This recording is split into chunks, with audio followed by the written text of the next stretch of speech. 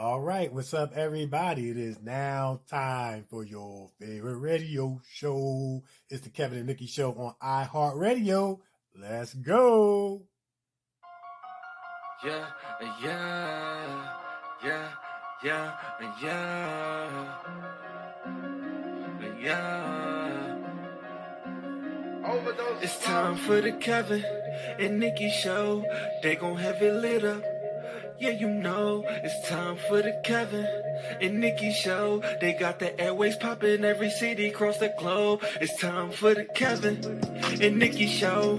They gon' have it lit up. Yeah, you know, it's time for the Kevin and Nikee Show. They got the airways popping every city across the globe. You know him as a throw-up actor, Kevin D. Bitten. 360 twice Jim, how he keep winning. And you know the baddest actress, Nikee won. She so bad you walking past, she had you speaking for her. If you ain't tuning in, this your reality check. You might miss out on your favorite star celebrity guest. When they celebrate, what you do, you get the bell, yeah. During Kevin's corner, get inspired and encouraged, yeah. Bend them corners while you listen, but don't swerve. Find out what's getting on Nikee nerves. What's bothering Nikee? What's bothering Nick? What's bothering Nikee? What's bothering Nick? Keep on playing. Me and Kevin goes and we gon' get you hit. Yo, check us out on social media. In your mobile phone, we everywhere. You other stations played out like a ringtone. Follow me like Bino R-E-M-E-Y. Bino Remy. Pop like Simi. And my flow hotter. Thick as semi.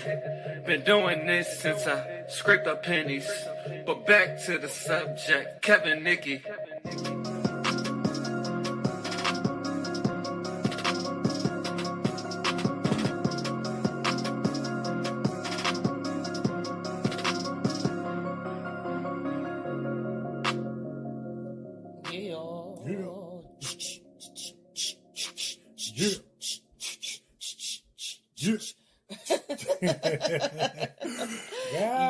Man, that introduction never gets old. Man. Never gets old. This never gets old. I know, right? Well, we are back. It is the Kevin and Nikee Show on iHeartRadio. I'm actor Kevin D. Benton. And I'm actress Nikee Warren. And we are back, man. You know what? Get Bino on the phone. We're in quarantine, so he should have our new intro ready. He should have our new intro. Yeah, we got it ready. He should have it. He don't have nothing else to do. He's probably in the studio. He should have it ready. He got that at home studio. You know what I mean? I know. You know what I'm saying? He got that at home studio. I know. You know you have come up when you got the home studio. Okay. Yeah. Okay. Yeah. Yes, I may have to go on over there and shoot some bars. You know, put some bars. It's spit some bars, not shoot. Spit. Excuse you. That's from the singing point of view. It's shoot. Yes. Okay. All right. Lay down some bars. Okay. Now. Or spit. What did they say? Spit 16. Yeah. Spit 16 that's bars. Or drop 16 bars on it. You can say drop, shoot. You know what I mean? You know, that's it. That's good. Drop 16 bars on you. Yeah. Don't let me have to drop 16 bars on you, Kev. Keep it up. You waiting for me to do it? That's what I was waiting for. That's why I was like, Go ahead. I'm waiting. Anyway. That's how you gotta do. You gotta call people to the carpet, man. Yeah, anyway, but we have another exciting show for you, as we do each week. Yes. And this week will be no different, but we gotta talk about some things. So there's always a lot going on, even when it don't seem like there's a lot going on. And there's always stuff to talk about. So with that being said, let's just jump right into the adventures. Let's just jump on into it. It is now time for the many adventures of Kevin and Nikee. Yeah. What movie was that? Oh. Okay. About to drop it on you. Go ahead, Nick. How they say it, 5 Harvey, go to church. Go to church. Yeah. Go to church on it. Yes. I'm taking that from my Clark sisters. I was in the Clark sister bag over the weekend. Man, that was a great film. Yeah. That was a shout out to Queen Latifah, Missy Elliott, and Mary J. Blige for an awesome job. Well done, the executive producers of the Clark sisters. I'm telling you right now, if you missed it, you can go see it. Yeah. It came was on Lifetime, right? Yeah, and it was a really, really good film. The actors who they picked did a phenomenal job. They said that the actors look just like them. Yeah, they do. And I'm not going to give it away, but there is a surprise at the end. A surprise at the end. A shout out to the Clark sisters, for telling their story. And I got a little, education lesson. I got a little church education lesson too. Oh my God. You know what? I'm not going to start. I'm not going to do it. Yeah. I'm not going to talk about church. I'm not going to talk about the church. Right. But it was rough back then. Yeah.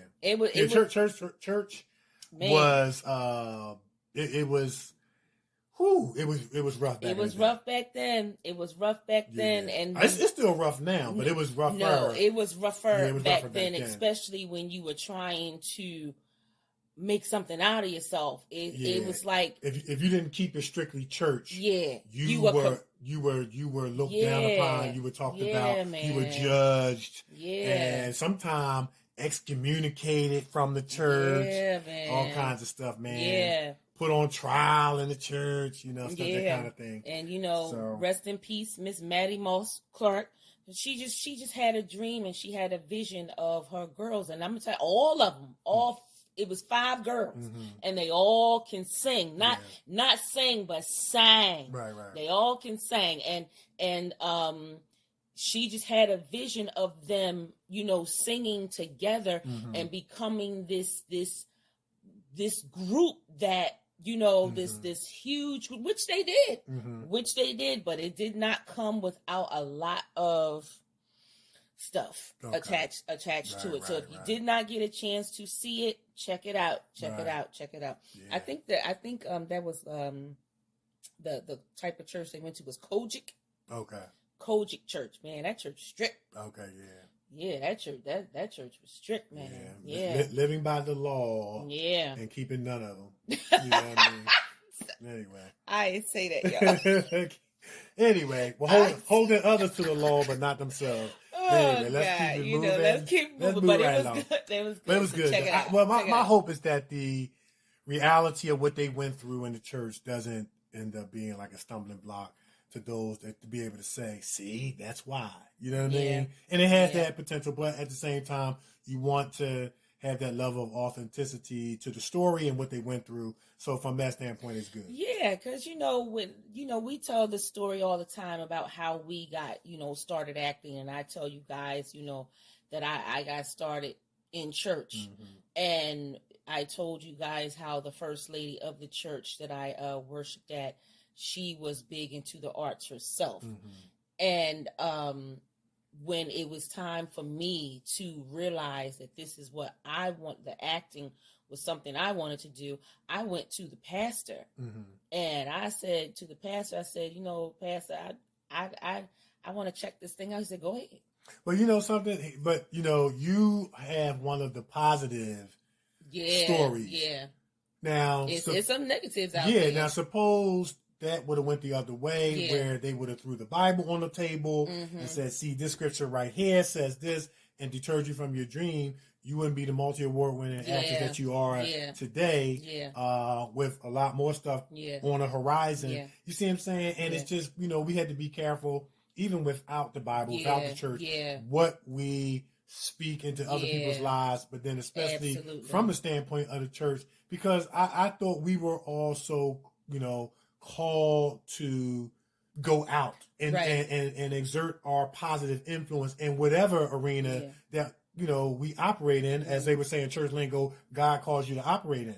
You know what I'm saying? I mean, there are people of all over the place in every arena that are believers of faith and things like that, and they're representing well. You know what I mean? They're representing well in those. It's it's not about separation to the point from people. It's about separation from the world in your thinking. You see what I'm saying? It's about separation from the world in your thinking, not from people. Yeah. You know what I mean? And it's so funny you said that, because you guys got to check this movie out, because that's one of the things that Maddie said when they sat her down. Okay. They tried to sit her down, and she said the word of God says go out. Yeah, we gotta go out. And she said God told me to do this. Right. He called me to do this, just like he called you to Right. preach. You know what? And people in the household of faith who haven't heard what God called you to do or what he told you to do, if it's not strictly church-ified, church-centered, they're going to have a problem with it. They have a problem with God, quote-unquote, calling you to do something that's supposed to be secular. But, you know, but in the name of infiltration, when you're going into these various different arenas, that's where you let your light so shine. Yeah. That's where you show love and can pray for people and support people. But if Christians were or believers were to only be around believers, how would they influence the world? How would you impact the world? But see, my problem of it was when there is a calling on your life and you start working on that calling and you have people who are trying to hold you down. God, first of all, God is not going to call you to no nonsense. He doesn't do that. He doesn't do that. He called them girls and her mother to spread the gospel through song. Right. And that's what they were doing. They weren't doing worldly music. They were doing gospel music, worship music. That's what she said the Lord called her to do, to share the music, not just inside the church, but outside the church. And even with that, they had a problem with it. They only wanted her to stay inside and ignore the calling that the Lord had placed on her. And they said, you let the girls go do the calling, you stay here. Right. And that wasn't right. I'm so glad you brought that up because, you have this dynamic where you have people in church who are strictly inside the church people. Right. And they're needed. Right. And they minister to the people inside the church or whatever they do inside the church. Right. Then you have those people who are inside the church and God is called out to go into the secular realms and just represent him through letting their light so shine, spreading love and stuff like that. Where there's an ongoing friction is the people inside the church judge the people that God has called to go out. And the people who God has called to go out tend to look down upon the people who stay inside. So the conversation would be this. From the people inside the church, they would be saying to the people who are going out, oh, y'all going out into the world and doing the devil's work. That's how they would classify it. But then the people who are going out would say to the people that stand in, oh, y'all not strong enough to go into these environments and represent God? So it's this ongoing battle where they're never going to see eye to eye. And that's why you have to know that you know what God has called you to do. Yeah. That's it. Yeah. Yeah, it's a very good movie. Very good movie. Y'all check it out. It's going to bless you because it truly blessed me, and it just it brought up a lot of questions. I had a lot of questions, and it just brought up some of the questions about faith and when the Lord calls you, and then when people try to block it like that. Yeah. But they became the first ladies of gospel, and one of my favorites is I'm Looking for a Miracle. And you know what? It's so interesting because people in the secular world like their music equally as the people in the church. And so they did end up reaching that that global audience, which is what the mother had for them.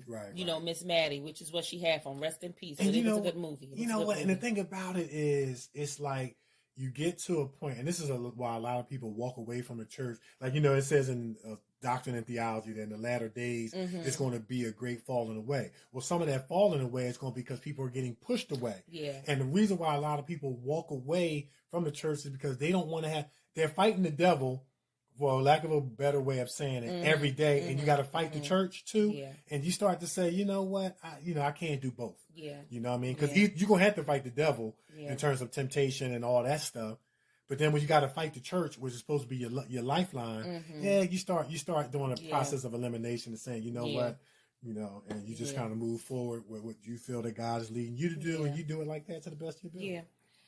But that was one of the many movies that we've been binging on because, of being at home and quarantine and different things like that, and learning, going over lines and stuff like that. So, right. But that's one of the things that I truly enjoy, from being home. Cool. Well, What- I mean, for me, Mm. always working on the show Yeah. and how I can, improve our reach for our guests and our audience and things, and you as well, but I was, working, uploading some of my clips from various different movies that I've been in. Yeah. So instead of, some of them I have like the whole entire movie up, the whole, but this week I was kind of just put up about maybe 6 or 7 different scenes that I was in, and just staying on the grind, staying on the lines, like you said, and that's it. Yeah, and another thing I did, remember I told you how when I first started acting, I went over to Spring Lake, New Jersey, my first theater play, and I did Little Shop of Horrors. I actually found it wasn't lost. I had it tucked away up in the closet, but I was reaching up in the closet for something, and I pulled down the DVD. I was like, "Oh wow, here's the DVD!" And I put it in, and I started singing and dancing with it, and I remember all the moves. Well, okay, you already recorded and put it on YouTube. On your YouTube channel. I remember all the moves, and I was like, "Look at me, look at me, little shop." I was like, "Okay, okay."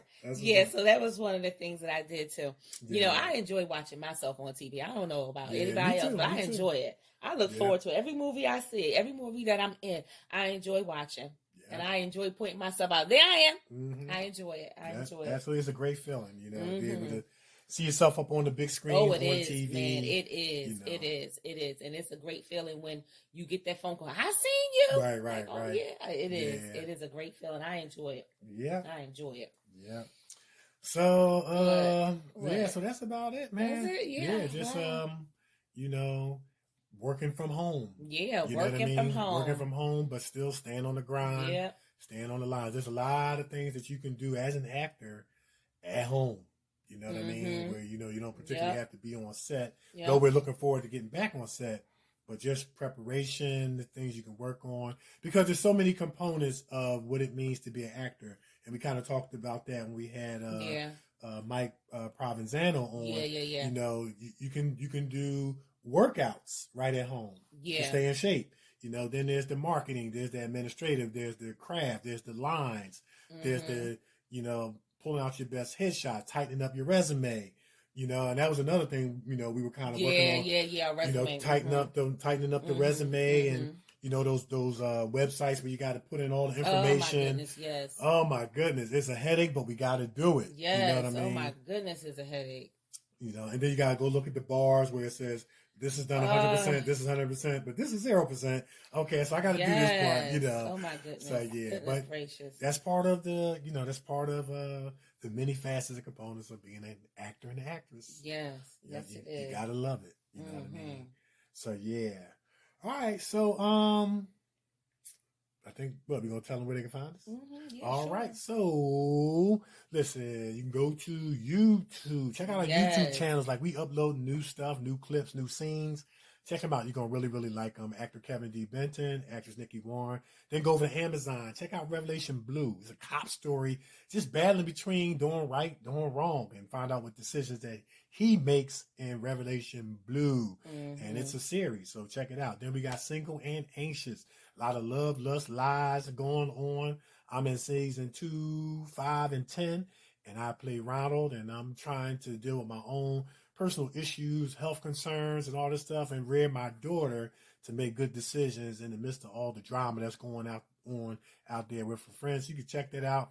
Then check out the Right Path movie. You're going to see me get knocked out all movie. You're going to see my girl over here wielding M16s, letting the other side have it. Yes. And you're going to really want to see how that gun battle go off because it was good. The Right Path movie on Amazon Prime. Then check out Mercy on Amazon Prime. Check out Mercy. When you're in a position where you can take revenge because you've been done wrong, do you take revenge or do you show mercy? Is a story about the killing of unarmed African Americans and the situations that people in the community can find themselves in unexpectedly. While you're also on Amazon Prime, I just found out that Old Head, the TV series, is on Amazon Prime and YouTube. Yeah. Check it out on YouTube and Amazon Prime. Old Head, the TV They series. did it, Yeah. And so I'm in the TV series. I'm in season 3. And I'm kind of doing my thing. I'm in season 2 as well. And I play a crooked politician, man.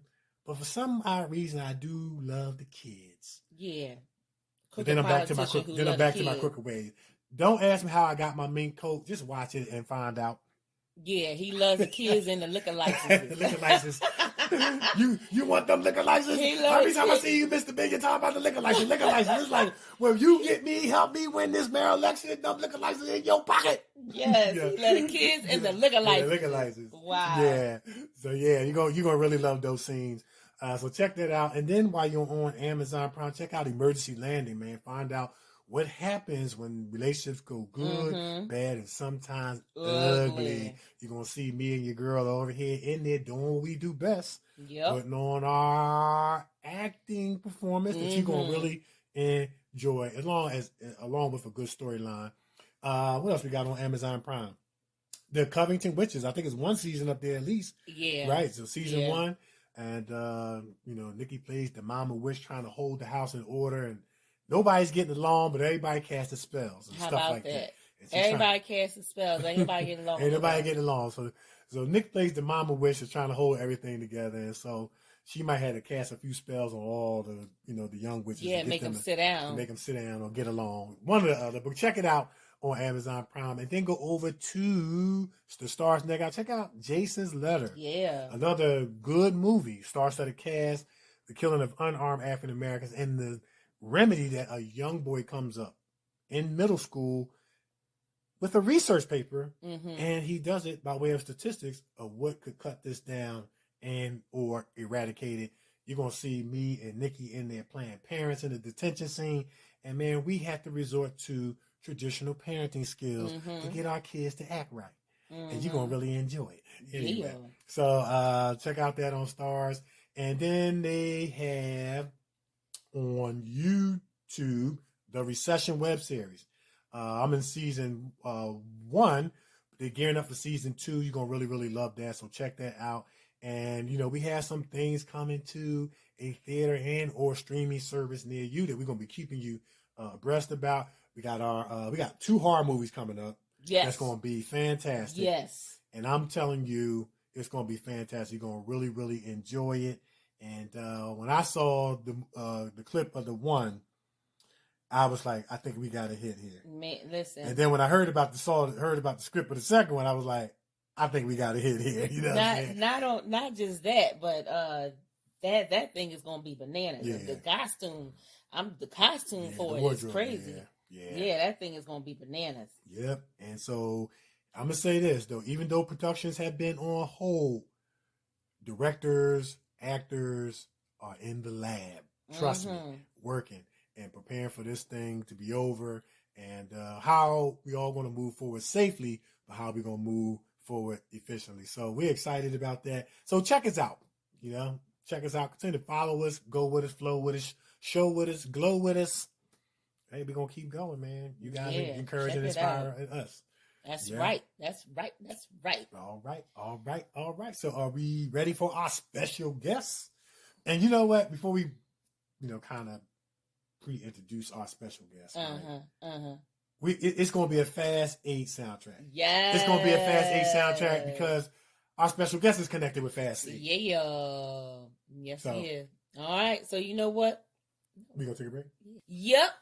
We're going to take a break. But before we do, man, listen, as Kev said, our special guest is connected to the Fast and the Furious. Yeah. Man, and he got so many awesome things. You've seen him in The Walking Dead, MacGyver, 24 Legend, The Have and Have Not, The Worst Nightmare, The Game, Necessary Roughness, and the originals.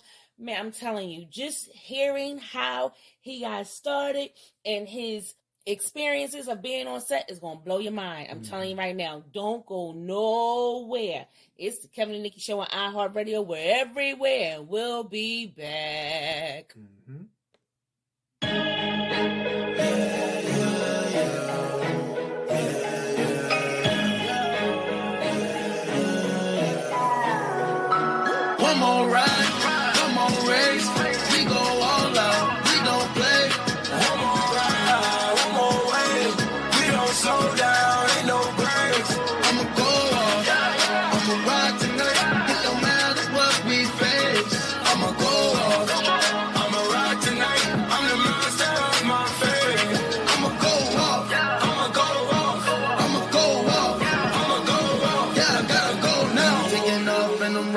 the road now. Hit the gas, no brakes, gotta go now.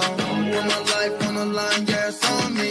Blood rushing through my veins, no IV. Ride through the lanes, you can't stop me. You can smell the propane when you pass me. Ride for the game because I'm the G. Helicopter hovering this high speed. Chase, drive straight.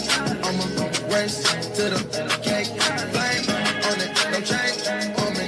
All of us became homies. One more ride, one more race. We go all out, we don't play. One more ride, one more way. We don't slow down, ain't no breaks. I'ma go off, I'ma ride tonight.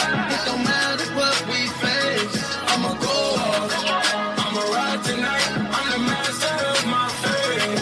I'ma go off, I'ma go off, I'ma go off, I'ma go off. Yeah, I gotta go now. Nah, you rockin' with the ether child and overdrive, yeah.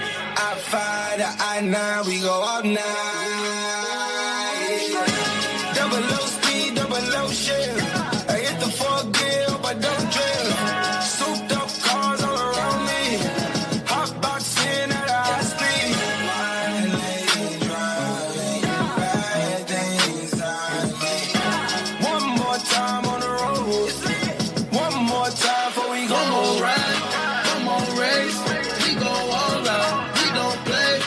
One more ride, one more way. We don't slow down, ain't no breaks. I'ma go off, I'ma ride tonight. It don't matter what we face. I'ma go off, I'ma ride tonight. I'm the master of my fate. I'ma go off, I'ma go off, I'ma go off, I'ma go off. Yeah, I gotta go now. Gotta go now, gotta go. Swerving in my whip, can't slow down. Driving fast with cars, boy, I'm on the road now. Automatic star, my Vic take a cold now. Yeah, rock star, heavy metal, no guitar. Why you pay so much for your Nissan? Because it's GTR. First I shift it quick and burn no rubber like a moving dart. Drive at night, I chop my top so I can relate to the stars. Yeah, relate to the stars. I'ma race you for a pink slip. I got nitrous in my car, so tell me what you thinking. My adrenaline start pumping, so I best stop blinking. Come on, ride, come on, race. We go all out, we don't play. One more ride, one more way. We don't slow down, ain't no breaks. I'ma go off, I'ma ride tonight. It don't matter what we face. I'ma go off, I'ma go off, I'ma go off, I'ma go off. Yeah, I gotta go now.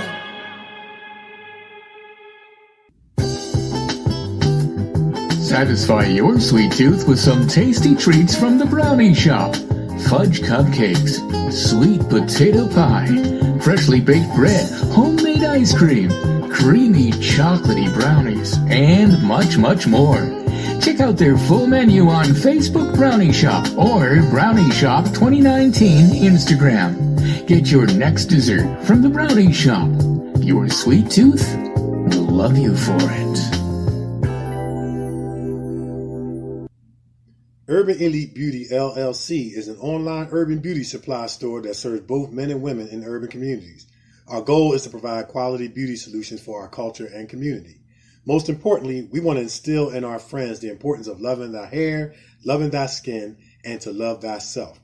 Check us out on social media on Facebook at Urban Elite Beauty, on Twitter at dbenton71, on Instagram at urban_elite_beauty, and for more information, go to our website at www.urbanelitebeauty.com or email founder and CEO David Benton at dbenton@urbanelitebeauty.com or call 609-217-5292. Check us out and see what the Urban Elite Beauty experience is all about. Yeah. All right. That was fire. He gonna go off. Somebody better hold him down. He gonna go off. He gonna go off.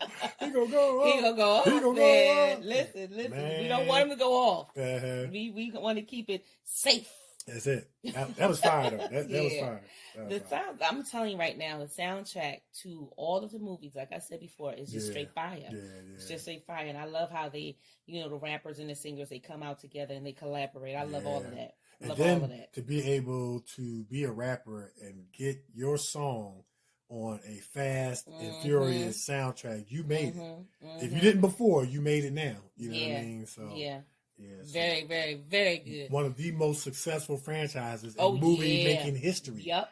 And they headed into number 9. Yeah, along with that is up there with Well, Friday 13 had about 10, didn't it? Yeah, Friday the 13th had about 10, and then you have Star Wars. They getting up there too. They keeping them going. Star Wars, yeah. the Avengers franchise. Mm-hmm. Yeah, that well, was Marvel. Period. Marvel. Period. Yeah. That's successful. Yeah. Yeah, They got so many characters with Marvel. They can keep them going. Oh yeah, they can definitely keep going. There's so many. There's so many. Yeah, we waiting on our character. Yep, absolutely. Yep. We're waiting on our character. All right. So we are ready for a special guest? Black Panther 2. Oh, yeah. You know what I'm saying? Black anyway. Panther 2. Yeah, I like that. Yeah. I like that. I like the sound of it. Anyway, like but go ahead. sound We ready of for it. a special guest? I'm sorry. We are ready. All right. So our special guest is an American professional actor who got his start in 2006 when he attended an open casting call for the part of a football referee in the feature film We Are Marshall. Classic. But was chosen to play the role of a National Guard troop instead. So this was the start of his acting resume. Our special guest will go on to work on television shows such as The Walking Dead, MacGyver, 24 Legacy, The Have and Have Nots, Mr. TP himself, Your Worst Nightmare, The Game, Necessary Roughness, The Originals, and Atlanta, and many, many more. Our special guests return to the silver screen in the Beach Hill Films production of One Last Thing, which was his second feature film experience. This opened the door to work on other projects such as Spider-Man, The Homecoming, Superstition, Mark Felt, The Man Who Brought the White House Down, Logan Lucky, Love, Simon, and the blockbuster smash hit, The Fate of the Furious, a.k.a. Fast 8, the last installment of the Fast and Furious franchise, with number 9 on its way.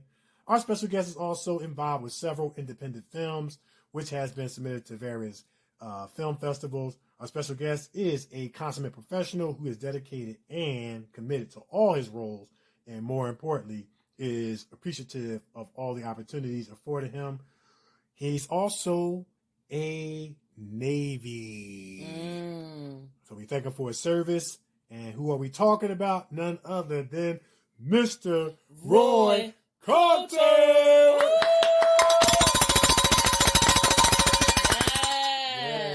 Yes. Awesome. How you doing, Roy? Hey, I'm doing well, Kevin, Nikee. Thank you for having me on the show. I appreciate it. Thank you so much. Awesome, man. We are so happy, glad, honored to have you on the show. And before we get started, man, we always want to thank our special guests and for taking time out of their schedules. I know everybody's kind of at home for the most part, kind of waiting for this coronavirus thing to be over, but yet and still, taking time out of your schedule, to come on the show and share with us and share with our listeners around the world. So thank you so much, man. You're welcome. I was just making some brunch for the family, kind of a breakfast brunch thing, and I said, okay, well, let me hurry up and scarf this down real quick. I ain't got nowhere to go. Make this call in. I hear you, man. Yes. Awesome. And man, and we also have to say thank you for your service.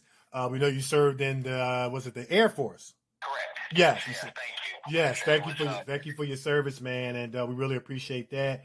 And it's so neat to see people like yourself who are in the acting industry but have served our country.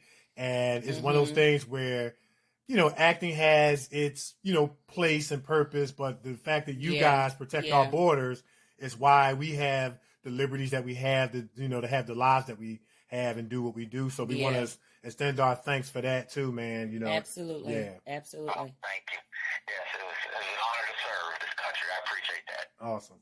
Yeah, absolutely. So you know what? We're just going to jump right on it. All We right. ready? Are we ready? All right, let's jump right in. Yes. Yeah. So you've been with so many awesome people on set, but I like to start at the beginning. So tell our listeners a little bit about how you got started acting. Oh, okay.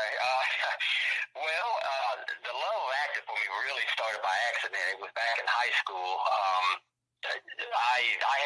I I had moved around. My father was a career serving Air Force man, and so I went to 3 different high schools. So when I finally bounced to the last high school I was in, which is in Chattanooga, it was either junior ROTC, in which I wound up taking, or drama class. Okay. And so I talked to the counselor, and they said, yes, I could take both of them, which, so I took both those classes, and then so I'm in drama class, my junior year of high school, and that's where it really started to evolve for me. I thought this would be fun. I'm like, okay, this is very interesting. I like being somebody that I'm not. I like that. Yeah, because, acting will let you put on that several different personalities in that persona of like, I'm tired of being Roy Coulter. I go to school, get up, come home, I'm Roy Coulter, but drama class lets me be whatever my imagination will allow me. Yeah. So I really enjoy that, but once I wind up graduating high school, it slowed down. I mean, there was no more drama classes or anything, and then I thought, well, I might just go ahead and go into the Air Force, use the junior ROTC skills, and I went straight into the Air Force. And then I served 21 years, and during my time, I didn't let it go. I had an opportunity, which I'm so proud of. When I was stationed in the UK, 90 to 94, I got a chance to get back into acting, but on the theatrical side, which is totally different from film acting, as everyone probably knows. But theatrical acting, I said, I'm gonna give it a shot. So I got to train for 2 weeks at the Stagecoach, which is huge in London. Okay. And I'm still on active duty, still serving. But they taught me stage presence, how to look, how to give gestures, a little improv. And then after that 2 weeks, then it really stuck with me. But I was already serving, so I thought, I can't get out. I've got almost 10 years in. I might as well go ahead and stay and retire, and which I did. So in 2006, when I retired from the Air Force, then I picked it back up. That's when I picked up acting again. I got you. And been doing it ever since. There were some sabbatical times, between 2006 and 2000. I think 16 when I was off and on. But because I was following another passion of mine, and the other passion of mine is I officiate college football. I've been doing that now for 30 years as far as officiating football altogether, but on the collegiate level, it's been 6 years. Okay. And so if I'm not acting, you don't see me on set somewhere, then you'll see me on a football field on Saturday. I got you, man. That's awesome. Following two passions. And it's so, what I thought was so interesting was, you have your, like your military background. You play a lot of roles where you're playing like the security guard and things like that, like you did in Fast 8. And then you're a professional referee, and, you play some roles where you were actually refereeing. So, it's like your life experience is really coming in to handy. So with that being said, how does your, real military background, come in handy when you're playing like that security guard in Fast 8? You're walking the rock down the street, about to take him to prison with the other guards, and I'm telling you, man, you had the persona, you had the look, you gave off that I am a security guard and I'm not playing no games. And you didn't have to say a word, but it permeated from you, So talk about how your military background helps that, and even talk about how your officiating football helped you with your role. I know you was in an officiating role with Shaquille O'Neal. So talk about that a little bit. Mm-hmm. Okay. Well, so 21 years I was a security forces. So security forces is like the law enforcement of the military. So I'm familiar with that. So me walking the rock down the sidewalk off the bus into the prison yard and into his actual cell for Fast 8 was almost so real to me. It's like I've done that before. Right. I've escorted prisoners before, and I've walked behind them, and I had that death stare. Man, you had the death stare, the stone stare. You had the look. I'm telling you, man. And you stood out, and you really did stand out. Yes. Yeah. Well, I appreciate that. And when we, I say auditioned, we as actors, especially during the background acting, we don't really, there's not really an audition per se, but for that particular scene, they were really conscious about wanting to pick 4 guys that stood out, that would be because The Rock's character is Hobbs. His name is Hobbs. Right. They wanted Hobbs guards to really stand out and fit the mold. So we all had to do a lineup. We all stood there, and the director and Rock's body double was looking at all of us, and they handpicked Nice. out of a group of everybody that was there. And there were some bigger guys, don't get me wrong, there were some big muscular guys, but I don't know if it was because of the haircut and like you said, with the look, and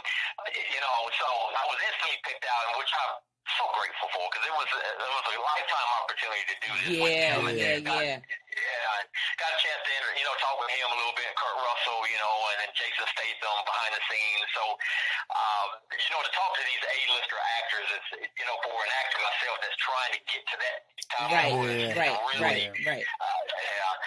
But to answer your question, so that the military training helped me prepare for that, and then I've always kept my hair cut the same way for many years. As a matter of fact, just here recently, about 6 months ago, I decided to change my look. I've let my hair grow out a little bit. I've grown, my beard and goatee, and to get away from that look of that authoritative military I got you. figure.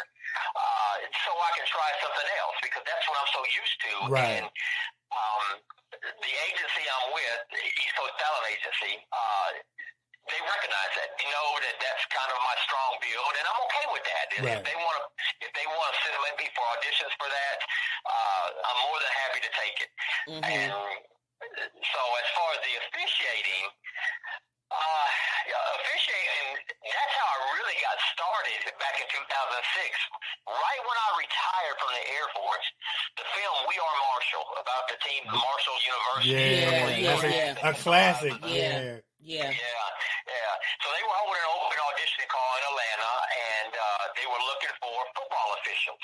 I'm like, wow, that's right on my alley. So I'll go ahead and like I said, I had just retired, but I showed up at the audition site, and they started asking me questions about my officiating, in which I had a lot of experience.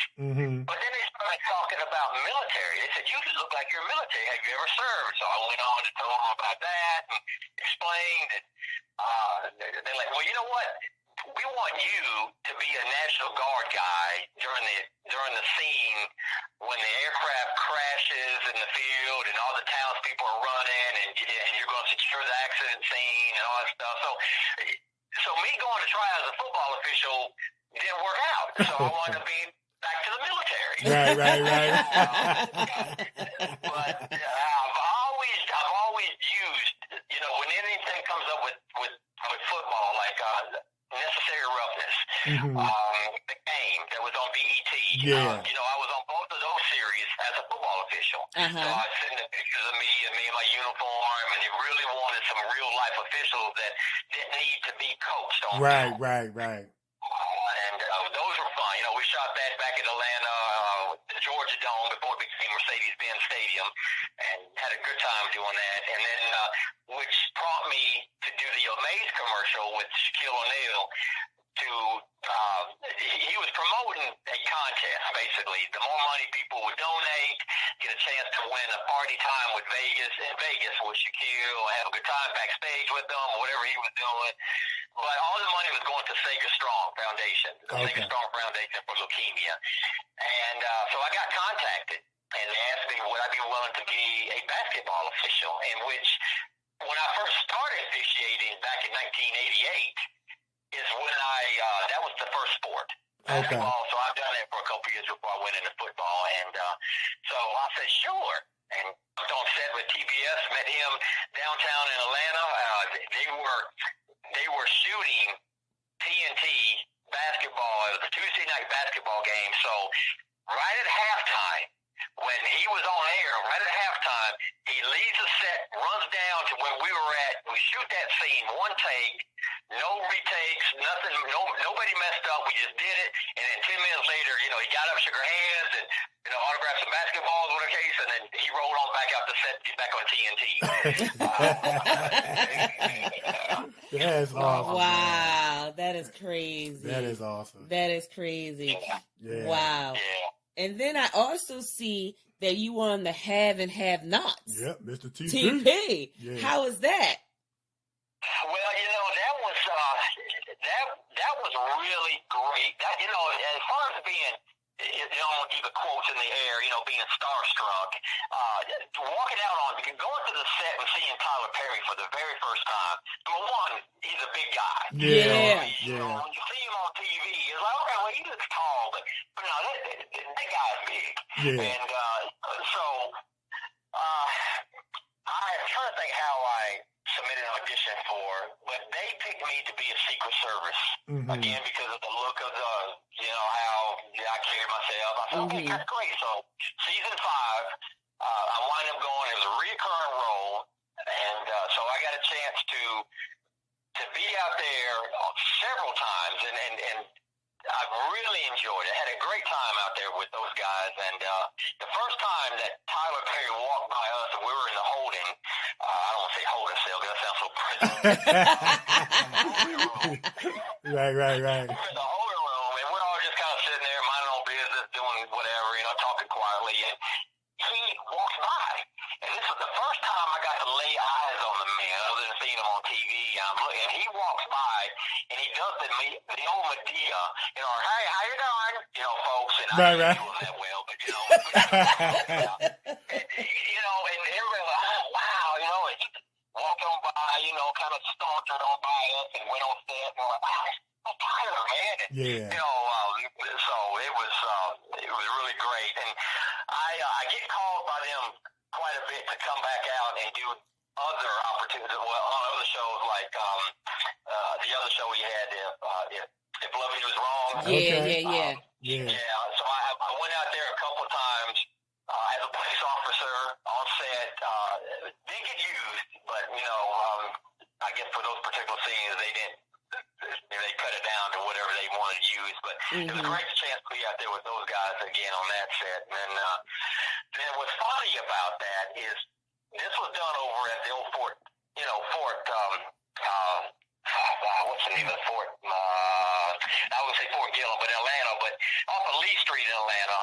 It's like a military base, I think. You're right, the old military base that shut down, of course, which he bought the acreage out there. Right. And on the other side of the fort is where we shot The Walking Dead. Oh, wow. Down in Sonoria, we shot the scenes of the Kingdom at The Walking Dead there. So I was splitting my time. So I'd get on the compound and go left, go to the Tyler Perry Studios, or I'd go right and go to The Walking Dead. Oh my goodness.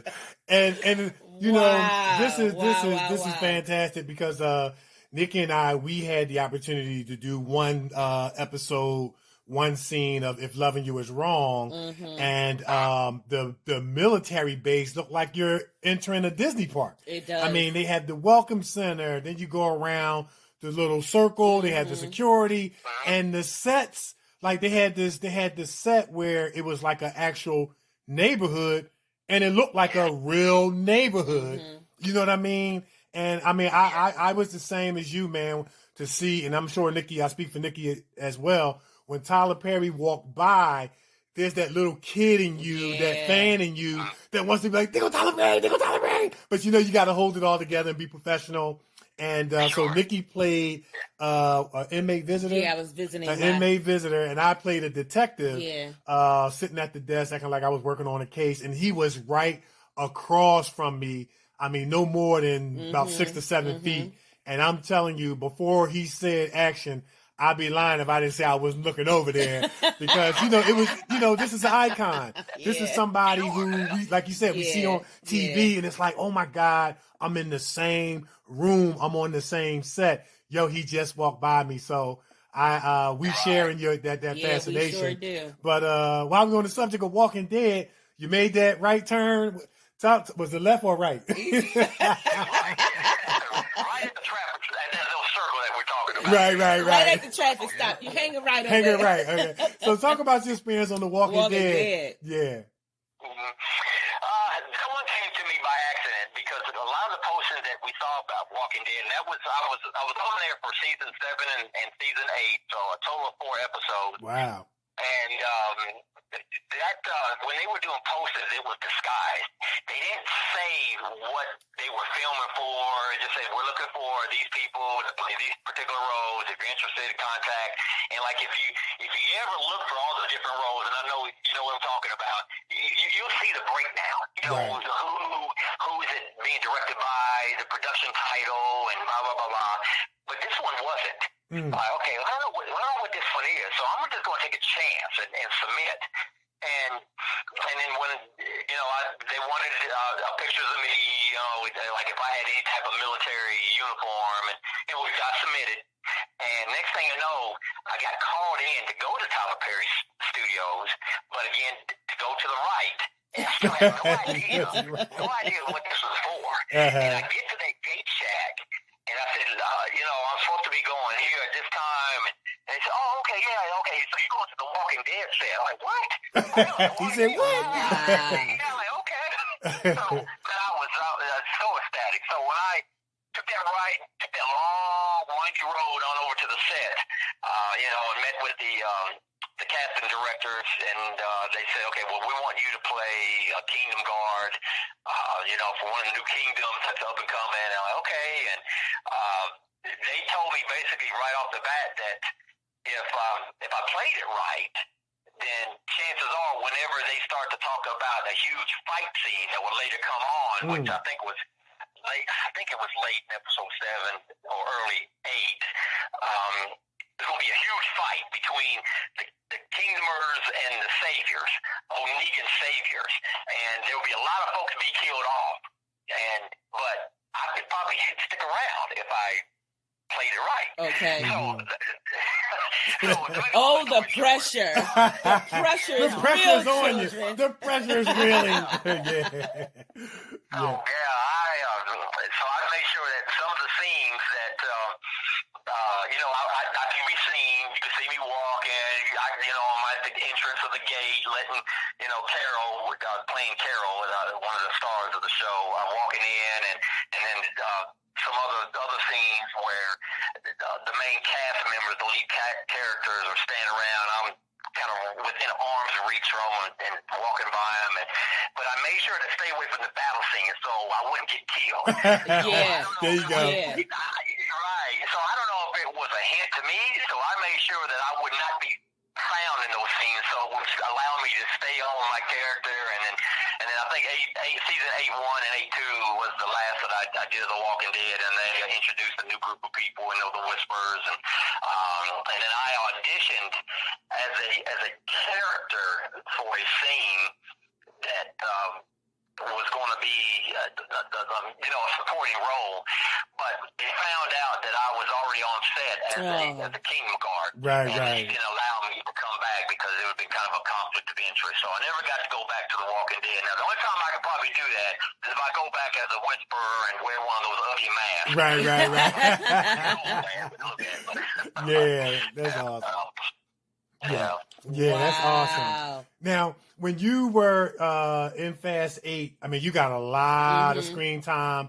You mentioned, and with the filming The Walking Dead, about positioning yourself. They say always know where your A and B cameras are. Talk a little bit about that in terms for actors.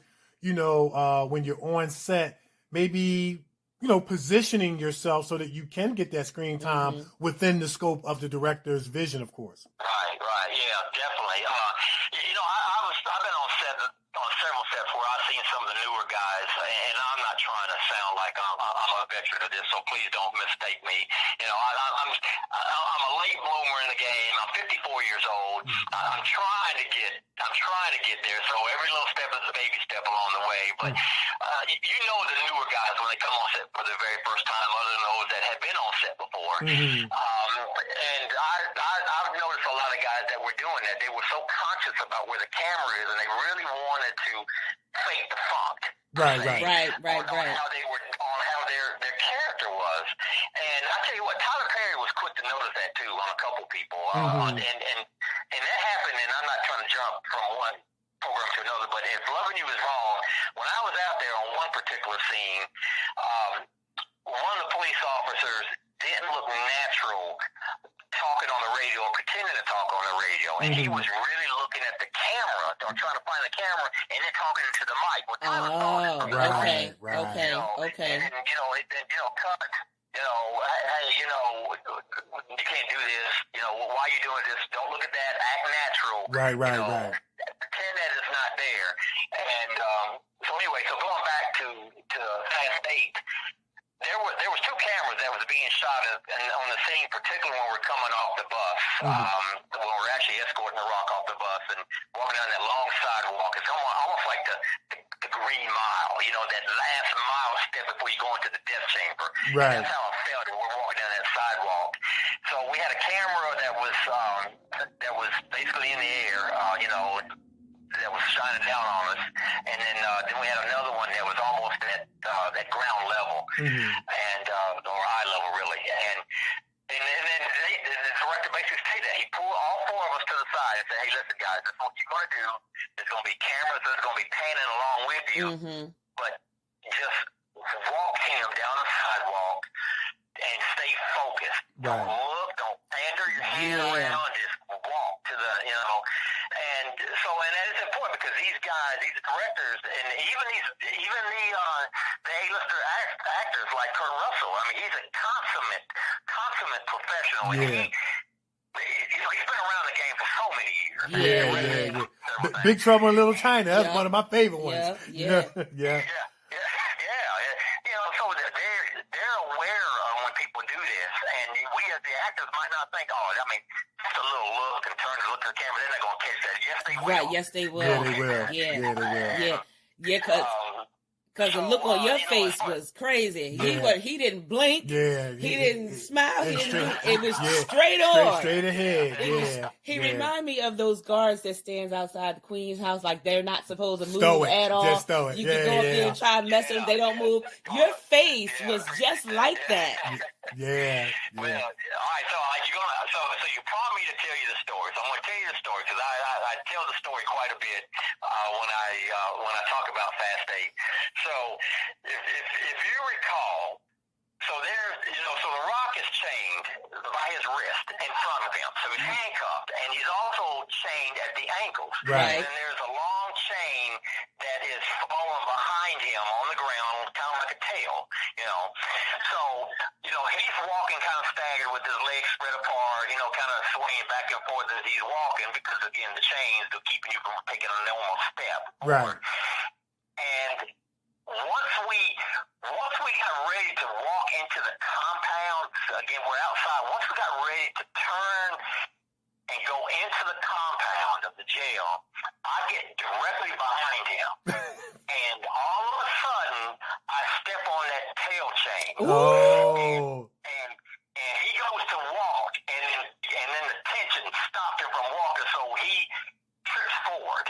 And, I just tripped the Rock.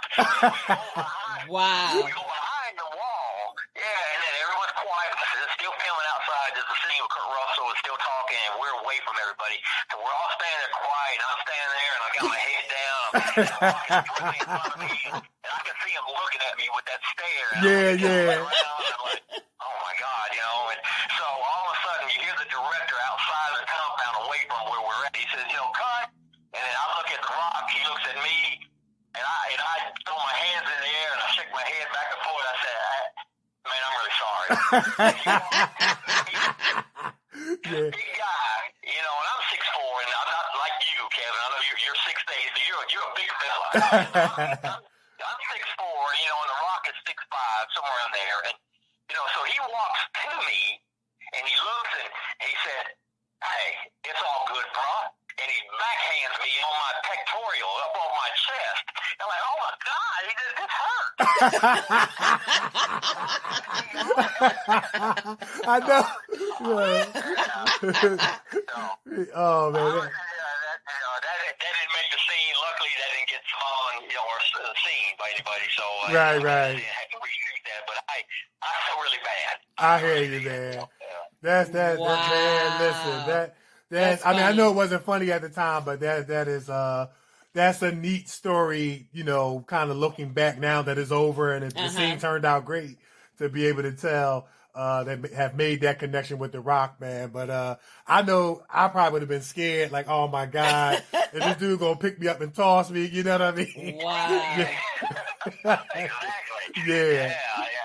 And they take those roles, very seriously. Yeah. And, he's one of those guys that, again, is another professional. Yeah. And when you're talking about, the stare and that look and I didn't blink, there's the other scene that was also used in the trailer when they were actually getting ready to put this out, nationwide. That you'll see us walking down the corridor, and then I'm right behind the Rock, and one of the prisoners in one of the cells kind of just reaches out, or he latches and he says something to the Rock, as we're walking, as a prisoner would do, like, I'm gonna mess you up, I can't believe it, whatever it was he was saying.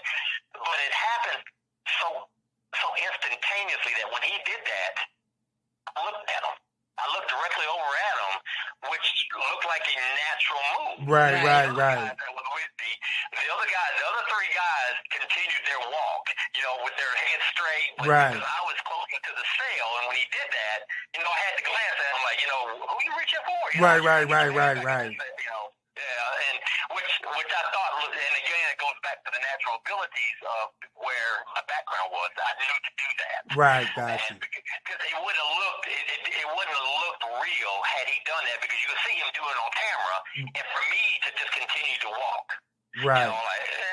This guy kind of jump scared me. I should be able to react to him.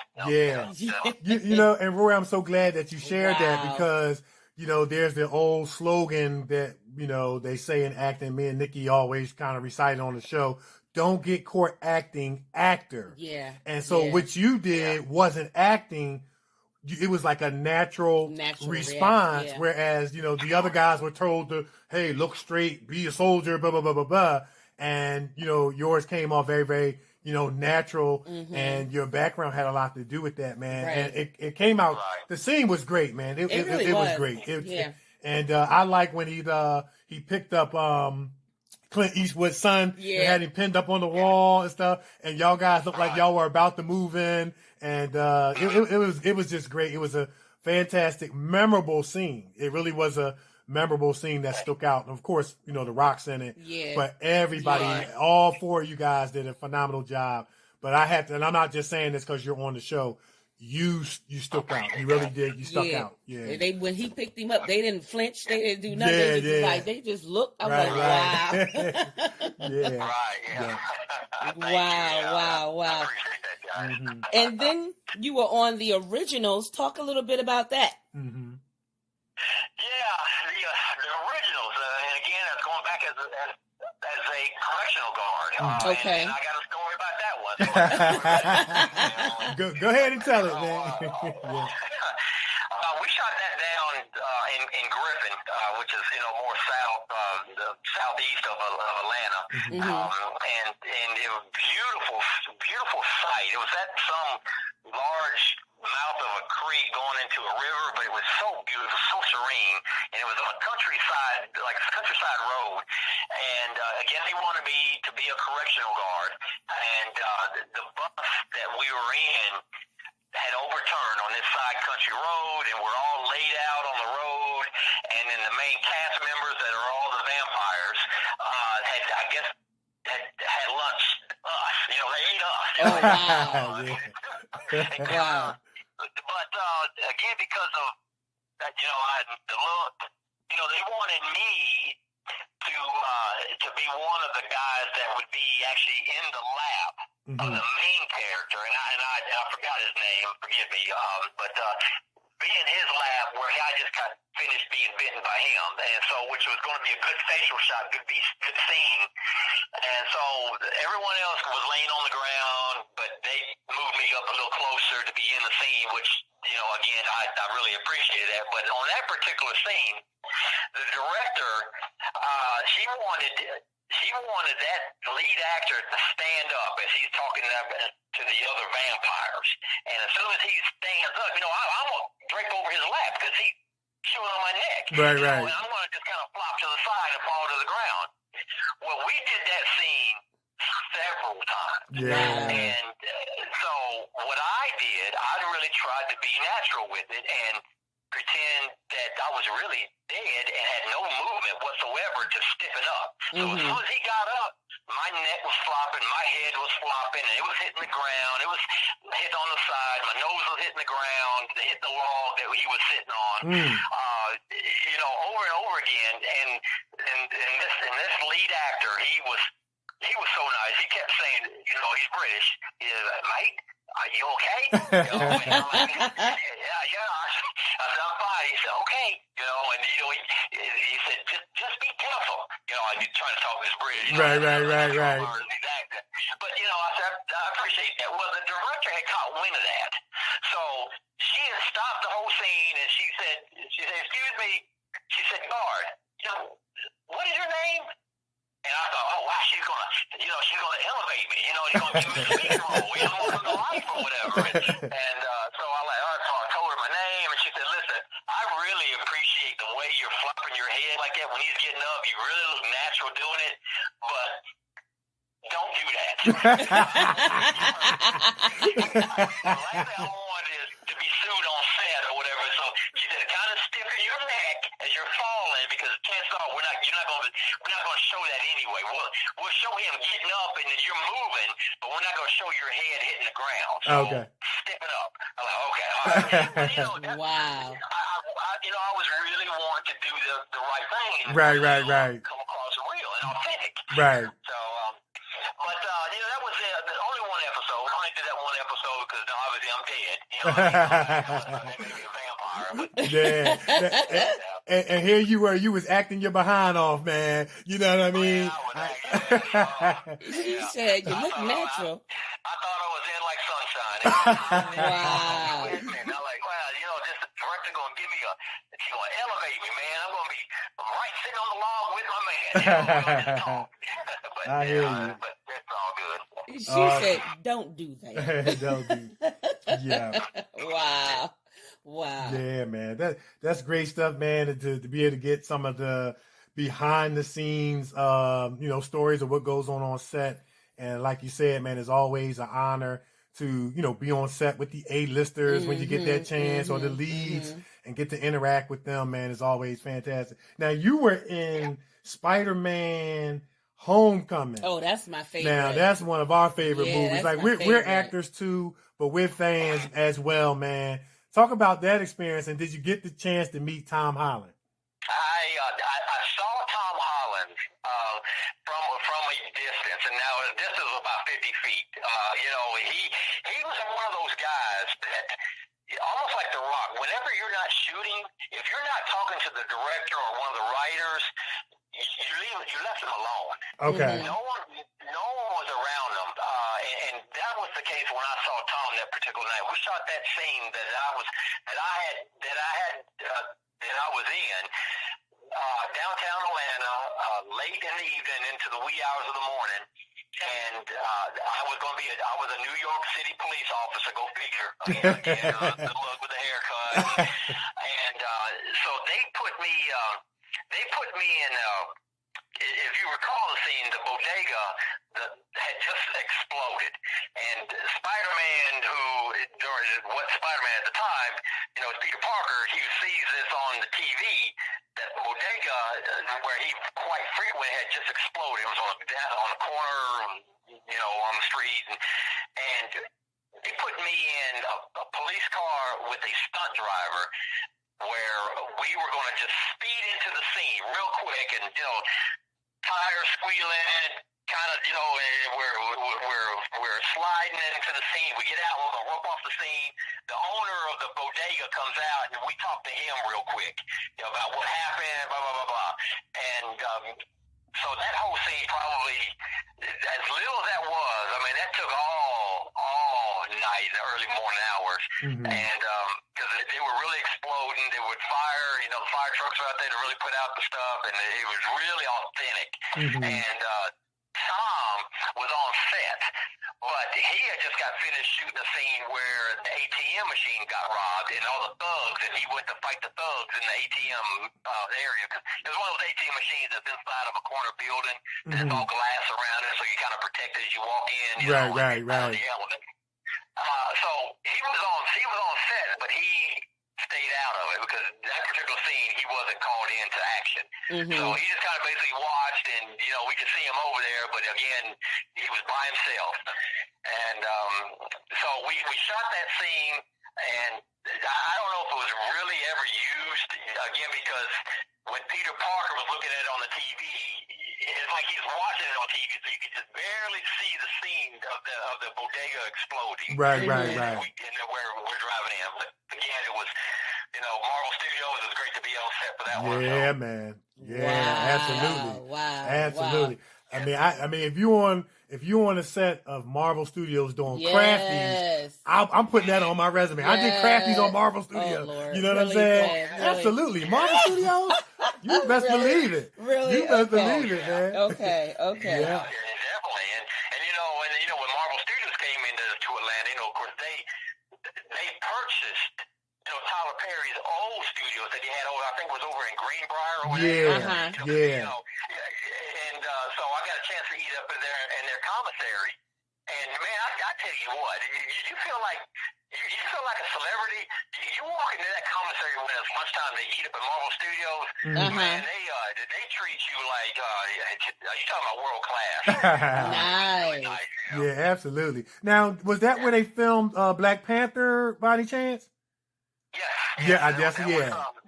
Yep. And of course they shot a lot of that too, in the downtown area, and some other scenes, and as well as Jumanji, with The Rock and Kevin Hart. They filmed that over there close by Mercedes-Benz Stadium in a little parking lot. There's a scene. So yeah, as you know, they bounce around all over the city, use different. Right. Nice. Now, of course, you have a family. What does your family think about you acting? And when you were in the Fast and the Furious, the originals, the Walking Dead, like what kind of excitement goes on in the household surrounding you and acting and different things like that? That's a great question. My wife, bless her heart, is very supporting. Very supportive. She knows I have a dream, and she's willing to let me live that dream and follow that dream. And she's also an Air Force veteran. She just retired the 1st of February. Okay. 6 years. Well, we want to thank her for her service as well. Absolutely. Thank you both. Thank you guys.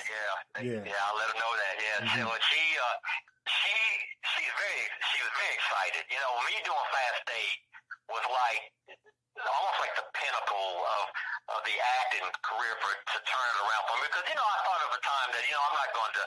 This is hard to get in, as you know. It's very hard. There's so much great competition out there, and you don't know what the directors are looking for. You might have gave the greatest audition in the world, and then all of a sudden you don't get selected. So it kind of plays on your psyche a little bit. So I thought that absolutely. I was going to do this. And but my wife was there to stand by me and said, "Listen, this is what you want. I'm behind you." And she's acted as a reader for me on several auditions, and when I do some of my self tapings. And here lately, she could get a little frustrated because if you do a self tape, you're not going to submit the very first one. Right. Yeah, that's right. Maybe the 20th one. Yeah. But jokingly, we kind of laugh about it and we move on. But as far as the other family members, they're excited. I mean, they see it on TV. We posted it, and then a part of it is trying to network and get your name out there. Yeah. And so they do a good job of helping me do that. And, That's very, great. very supportive. That's great stuff, man. Nice. That's great stuff. And I know that they're very, very proud of you, man. we're proud of you as well, man. And, you know, you are an encouragement and inspiration that it's never too late to chase a dream. It's never too late to chase a dream. You've been in more big titles, you know, in your short tenure than people who have been doing this thing for like 10, 15 years. Yeah, man. Yeah, and so absolutely. you are definitely an inspiration to say, hey, don't quit, hang in there, don't give up. And with a team behind you, like your family, hey, man, this thing, you know, good things can happen. So, yeah, man, want to continue to wish you continued success and blessings with that. And, man, we're going to have to make this a part 2, man, because we're going to go on forever. But Roy, man, we just want to say once again, man, thank you so much for coming on the show, sharing your experiences, the behind-the-scenes stories, and sharing with our listeners around the world. And as we always say, once you come on the Kevin and Nikee show, your family. We got to give him the bell. You get the bell. You get the bell. Absolutely, man. Yeah. But before we let you go, man, you know, put your social media out there, how people can follow you. Maybe somebody want to book you. Yeah. We say serious. Yeah. Well, as we always say on the Kevin and Nikee show, serious inquiries only. He's a professional actor. If you want to book him, please take good care of him. And enough said. If not, the Kevin Nikee show will come for you. That's right. That's what we do. That's what we do for all our guests. Yeah. Definitely. I'm on 3 social medias. I'm limited to just 3 because, I mean, there's a lot more out there. But right now you can find me on my website. I got my personal website at Roy Coulter at, let's see, am I saying that right? Yeah, roycoulter.site. So it's ROYCOULTER.site.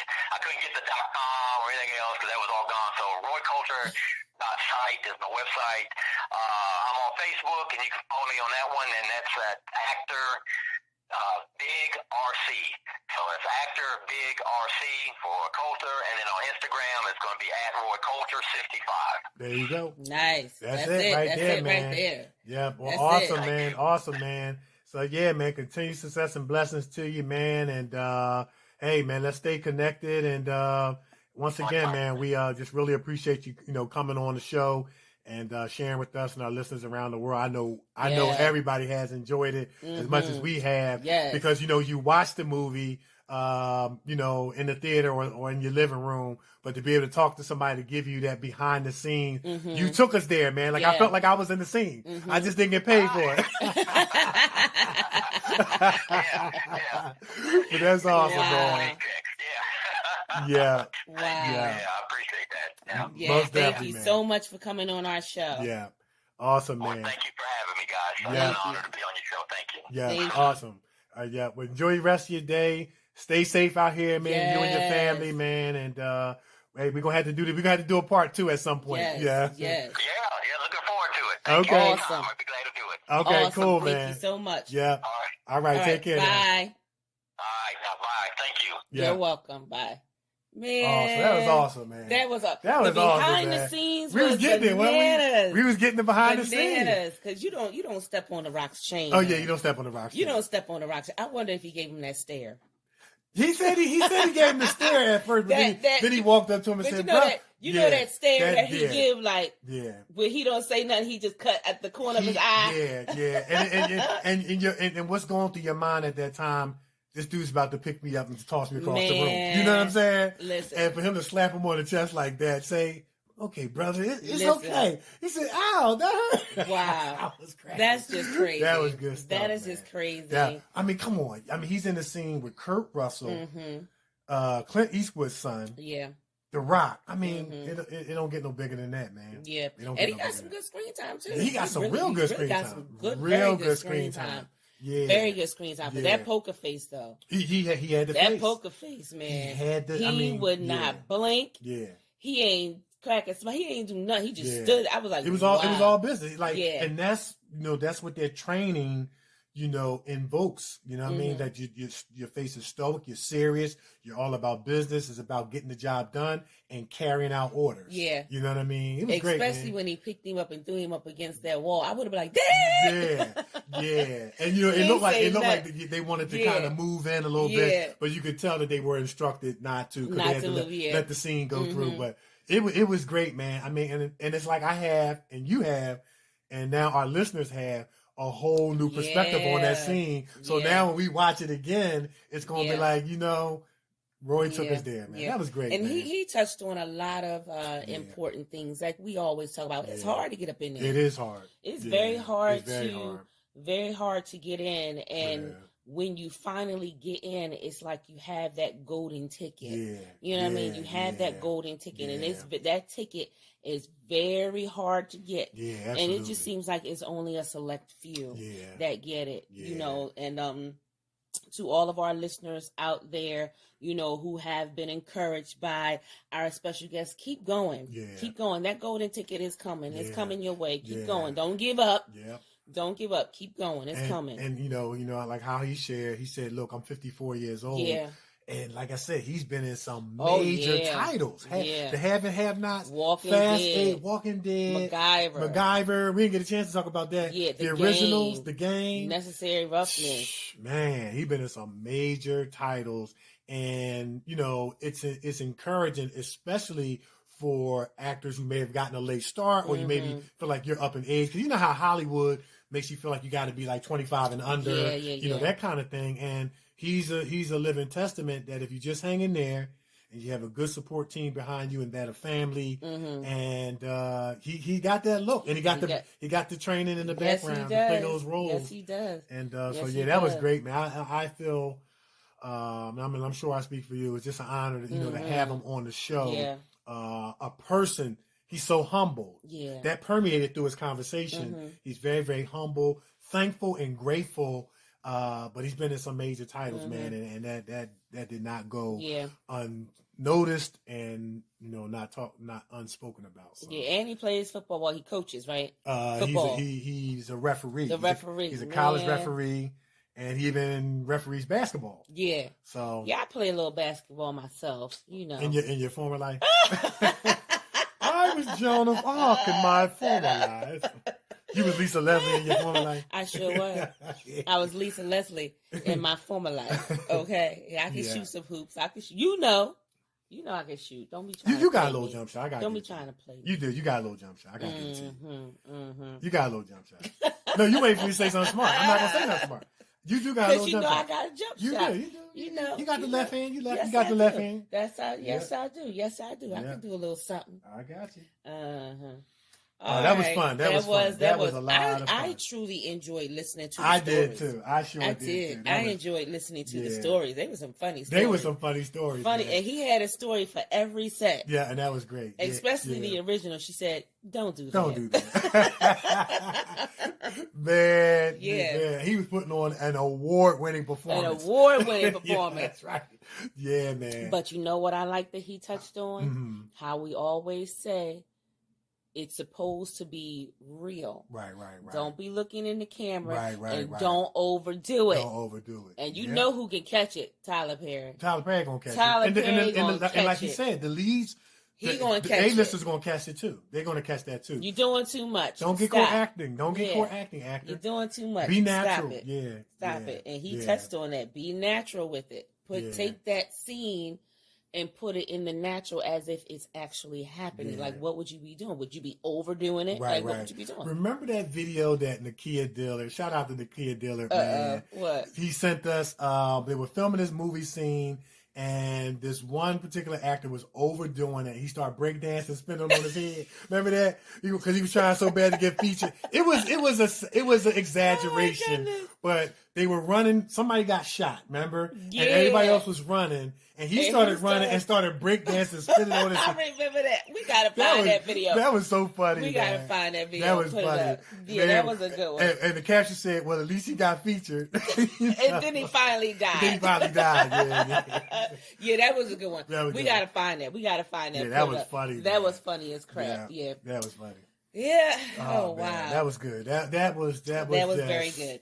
That was fun. That was just that was very fun to listen to. Yeah, very fun interview. Very fun. Absolutely. Yeah. All right. So we gonna take a break? Yep. We're gonna take a break, and when we come back, it's gonna be time for news and sports.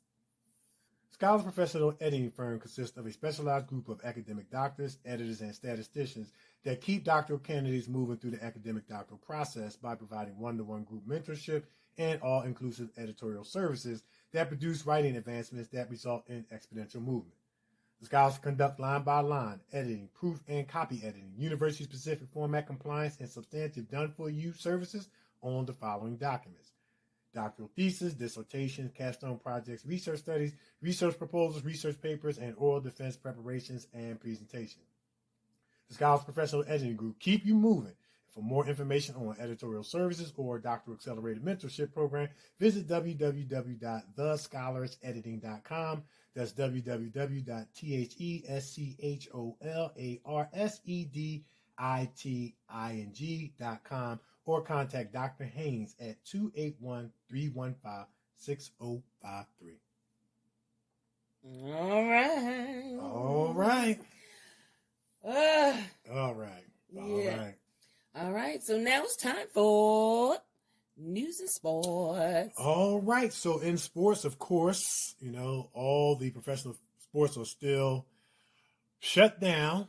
And, of course, you can always catch some of the playbacks and, enjoy those games of yesteryear that we've already watched until, professional sports, NBA, Major League Baseball, Major League Soccer picks up. Once again, as I shared previously, they are anticipating that the NFL season will not be interrupted, and they're in talks about playing a compacted Major League Baseball schedule where they're considering doing like double and triple headers. Okay. So as we get more information, we'll share that. But in sports connected with the coronavirus pandemic, last Thursday, Von Miller's agent confirmed that the Denver Broncos pass rusher became the second NFL player to test positive for COVID-19. Wow. He was said to be in good spirits and just simply resting at home. The following day, Miller sat down with Third Hour of Today to discuss how he was dealing with the coronavirus and how he first knew that something was wrong. Miller has asthma, but said he knew something was different about his health early on. He said, "I'm feeling better," said Miller. "It all started with just a simple cough, and it got worse. I also have asthma, and my girlfriend was telling me that I wasn't sounding normal and I should try my nebulizer. So I did. I tried the nebulizer, which I do before football games and before practice regularly, but this time was different. It really didn't work like it should. I waited another day. The cough still didn't go away, and my assistant said, 'Why don't you just go get tested?' There's no harm in getting tested.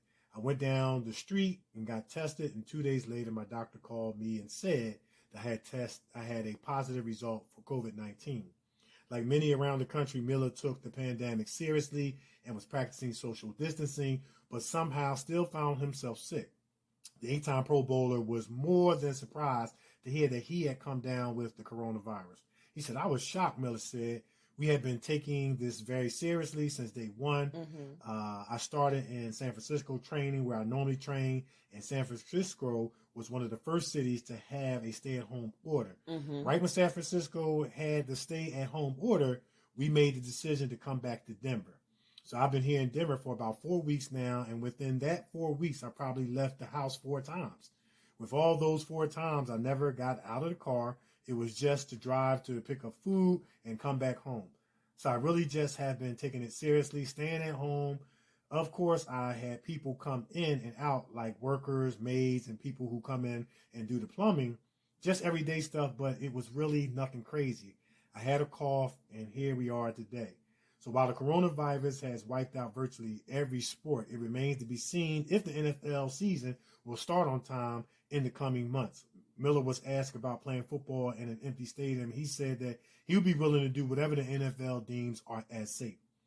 "Whatever is safe," said Miller, "that will always be my first precaution, to do whatever is safe. Whatever we have to do to get this thing back to normal, that's what we should do. We shouldn't move too fast. Just do whatever is safe." And we just want to just continue to encourage people to follow the, the orders of our, state and local government. Continue to practice social distancing. Continue to wash your hands. wear your mask. I think it's mandatory now that you Yes, must it is. wear your mask, and even Yes, to go it into is. stores. You can't go into. Yeah. You cannot go into a store. We're going to talk about that in news, but Yeah. you cannot go into a store without a mask on. Yeah. And wear your gloves and just exercise. You know, any precautions that you know you deem are safe, man. And it looks like the numbers are declining, but we're still not out of it. We want to continue to encourage everybody that we are going to get through this, and we're all in this together. And that's right. And now going over into news, like you said, now as of Sunday, everyone should have covered their face because it's now mandatory. It is not up for negotiation. Right. The children, even on down to the kids, everyone has to wear a mask on their face.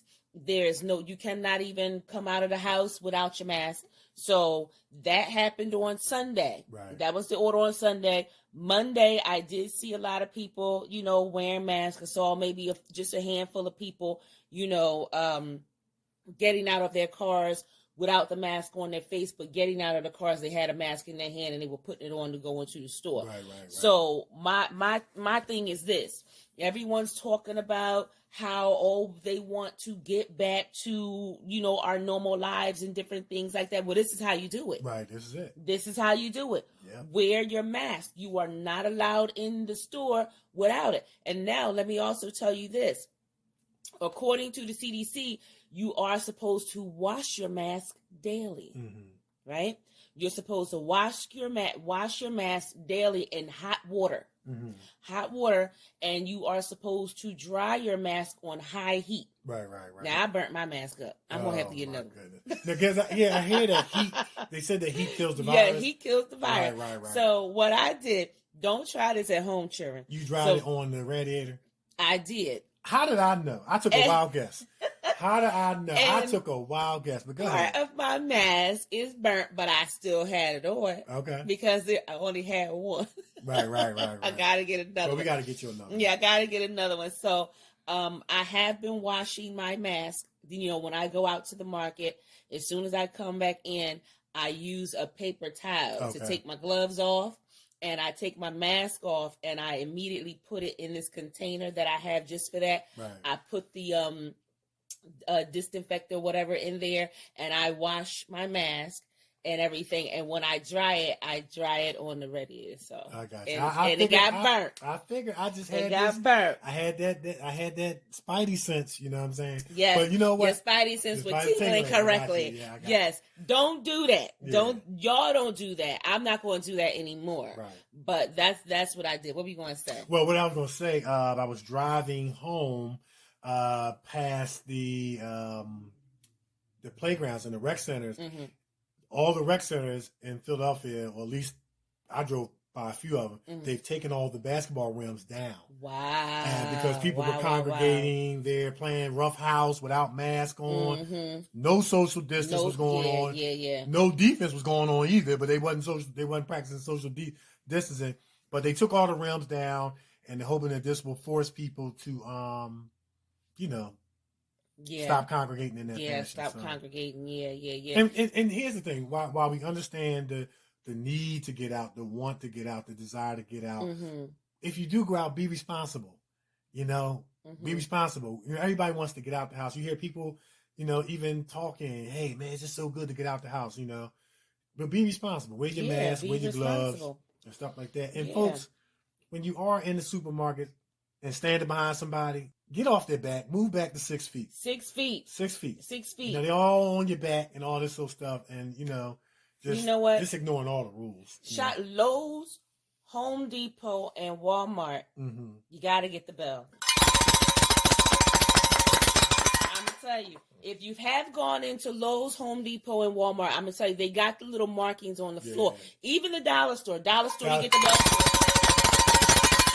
They got the markings on the floor of where you're supposed to stand. The line, right? Yeah, they got the little lines on the floor and those got little squares And people on the floor. People still can't read them. Yeah, They can't but read the lines. shout out to them. And they even got the little the plexiglass thing over top of the cash register. So shout out to them. And I even saw they had a tape, like the clear covering over where you put your credit card at, and them little buttons. They got the covering over there. So shout out to y'all. You guys get the bell because helping with the social distance.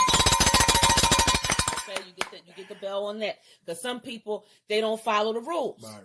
They don't follow the rules, and these are the people that make it bad for everybody. Right. We want to get back to our normal lives, and in order to do that, everybody. Right, because and I think if nothing else, the hashtag all in this together means everybody participating is going to everybody participating. Especially those that are not participating and following the rules, you have the propensity to affect somebody else. You know what I'm saying? And that's kind of the message that they're trying to send. Your disobeying the rules has the propensity to keep the virus spreading. Yeah. You know what I mean? Come on. We're trying to get back to our normal lives. People are trying to get back to work. Right. And we can't do that if everybody is not. If you have a group over here, group A is following the rules, but group B and C don't want to follow the rules. Right. We got people people lost their jobs and different things like that. Unemployment, 10 million people? Right. People losing jobs, losing their lives. Yeah, come on. We got to get back to normalcy. And the only way we can do that is if group A, B, and C follow the rules. Right. Follow the rules. Now, everyone got their stimulus check. Okay, everyone got the stimulus. Well, some people. Yeah, I noticed that more people were speaking to one another, too. Because they got the money. They got that. You know what? Man, listen. Get on my nerves. People was like, man, you better leave my president alone. They got that stimulus. They're like, you better leave my president alone. Stop. You got me choking. Oh, my goodness. Man. Listen, but a lot of people did not. Oh, yeah. Okay. But does that mean that they didn't file? No. I'm going to tell you why. Okay. It's according to your income. So if you make over $99,000, 75,000 single, 150,000 for joint, you are not going to see the stimulus check. Okay. Now here's where it gets crazy. Okay. If you owe back child support, you ain't getting that stimulus check. That jump going straight to child support. Listen, you're gonna be whatever you owe minus what, $1,200. Yes, that's it. You are not getting a stimulus check. So you got a deduction. Yes, and shout out to Fox 29 because they had a financial analyst come on and answer everyone's questions in regards to who's going to receive the stimulus check and who's not going to receive it. And a lot of people did receive the stimulus check, and a lot of people were still waiting. Right. And a lot of people are not going to receive it. Right. And for those people who use H&R Block and they use like a agent, some people's check went to the agent. Because they owe money. Some people's check went to the agent because the agent, for them people who didn't have an account, set up an account. I got you. So they have to contact the agent to try and get their money. Okay. So, and good luck with that. Good luck with that. Listen, have a bank account. And get direct deposit. Yeah, get direct deposit. And then they even have this, they're trying to figure out how they're going to do it. If they didn't already start it yet, they're trying to have a website that people can go on and set up an account and have the stimulus go in there like a bank account or something like that and get like a direct deposit like that. Yeah. And for those who work, those teenagers who work, but the parents still claim them, they're not getting one either. Like I said, a lot of people did get it, but a lot of people did not get it. Okay, a lot of people did not get it. And last but not least, with the testing, because they want to get to a point where everyone is getting tested.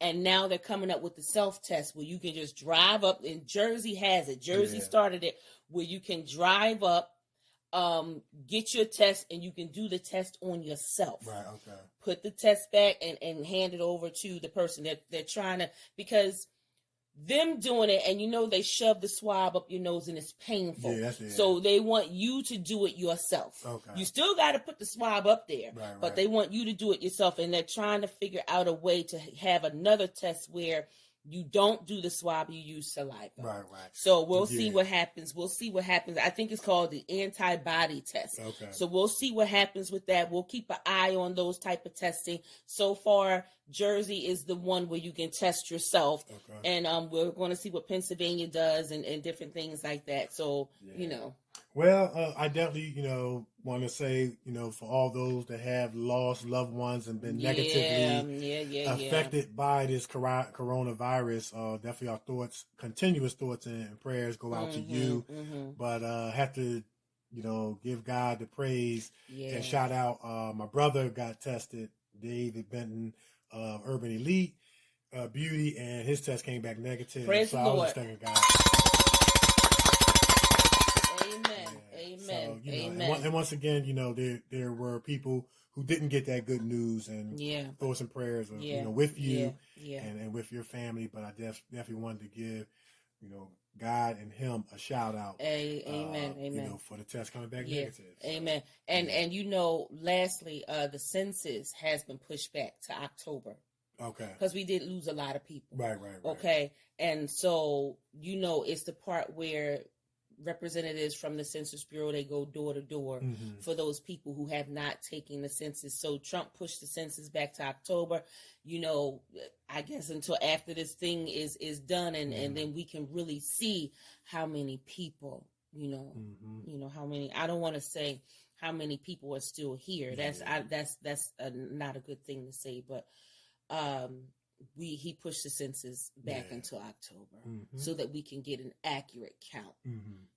So that's it. That's all I have in news. And our hearts and prayers go out to every family around the globe who has lost a loved one, like Kev said, due to this virus. And also our good friend Monty G, we want to send up prayers for him because he tested positive for the coronavirus, and I think he's on a ventilator. He's on a ventilator, so we want to send up prayers for him and a speedy recovery for him. And and for those that don't know who Monty G is, he's at all the Sixers games. Sitting right underneath the basket. Yes, he is. He's wearing the hat with the with the feathers. He's a diehard Philly fan, and he's a staple in our community, especially sitting around sports. So, thoughts and prayers and speedy recovery after Monty G. Yeah, and all those. And, Angel Roach. He tested positive for the coronavirus. Now, he had just fought Ian Grant in that fight down in Atlantic City, and he's on a ventilator. So I left a comment, on him. Hey, man, praying for you, champ, and get well soon. He clicked like on it. So it's just so many people, man. Just that's been hit negatively by this, whether it's been financial, with people getting sick, with people losing loved ones. And it's like you can't even begin to express the condolences and, the right way or the way that it needs to be in connection to how bad things have gotten. And but nonetheless, we're going to continue to keep putting it out there. Just let people know that somebody's thinking about your situation, Right. Yep. Continue to wash your hands, do your breathing, count your 10 seconds or more, hold your breath, count your 10 seconds or more. And if you can hold your breath 10 seconds or more, you are fine. Remember that although we have this pandemic running rapid, we are still in the seasons. We're in allergy season. Yeah. So you know what happens to you when allergy season hit. Yeah. You don't have the coronavirus. If your nose and different things flare up, to get your Flonase and different things like that.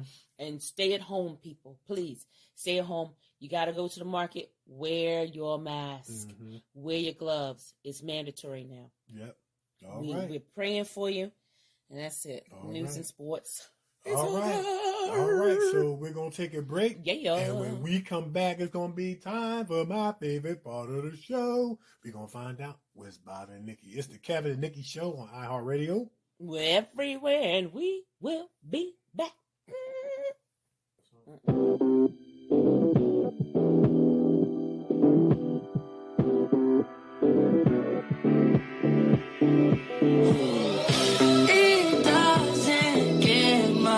better than this.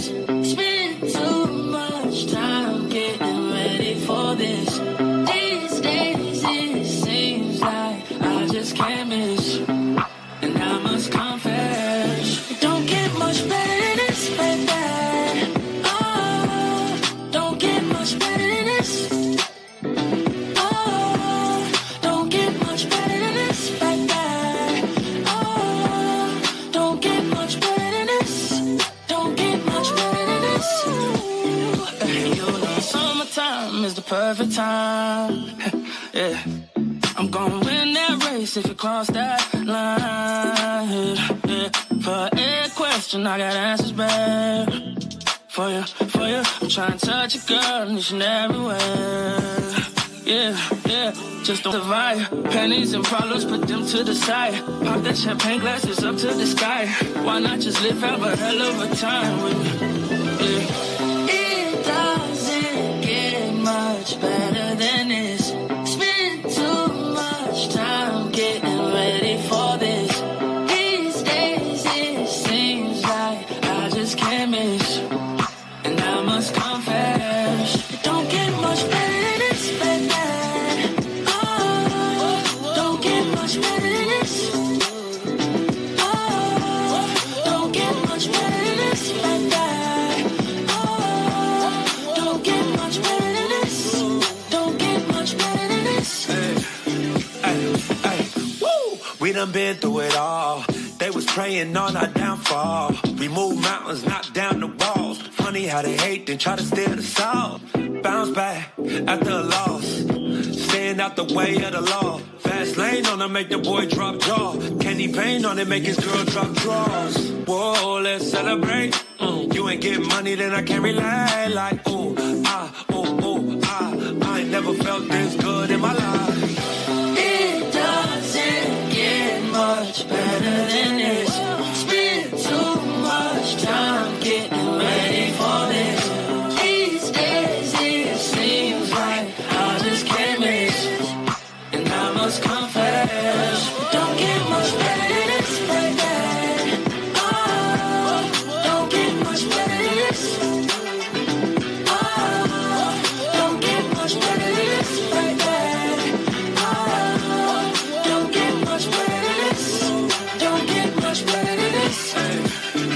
I'm getting pretty good at the good life. Every play that I make is a highlight. I got a girl put the good in the good night. And she giving me that look, that's a good sign. And she mighty fine, so it's easy like post-game layups. Sharper than a needle at the place they film Frazier. Gold game major, achieve game major. She know I crush a lot, and I'm a player. All around the world, we seen it and we done it. Challenge, yeah, we run it. Shift gears and gun it. I reminisce when I open up the safe. Dodged every mousetrap in this rat race. It doesn't get much better than this. Spend too much time getting ready for this. These days it seems like I just can't miss. And I must confess, it don't get much better than this, baby. Oh, don't get much better than this. Oh, don't get much better than this, baby.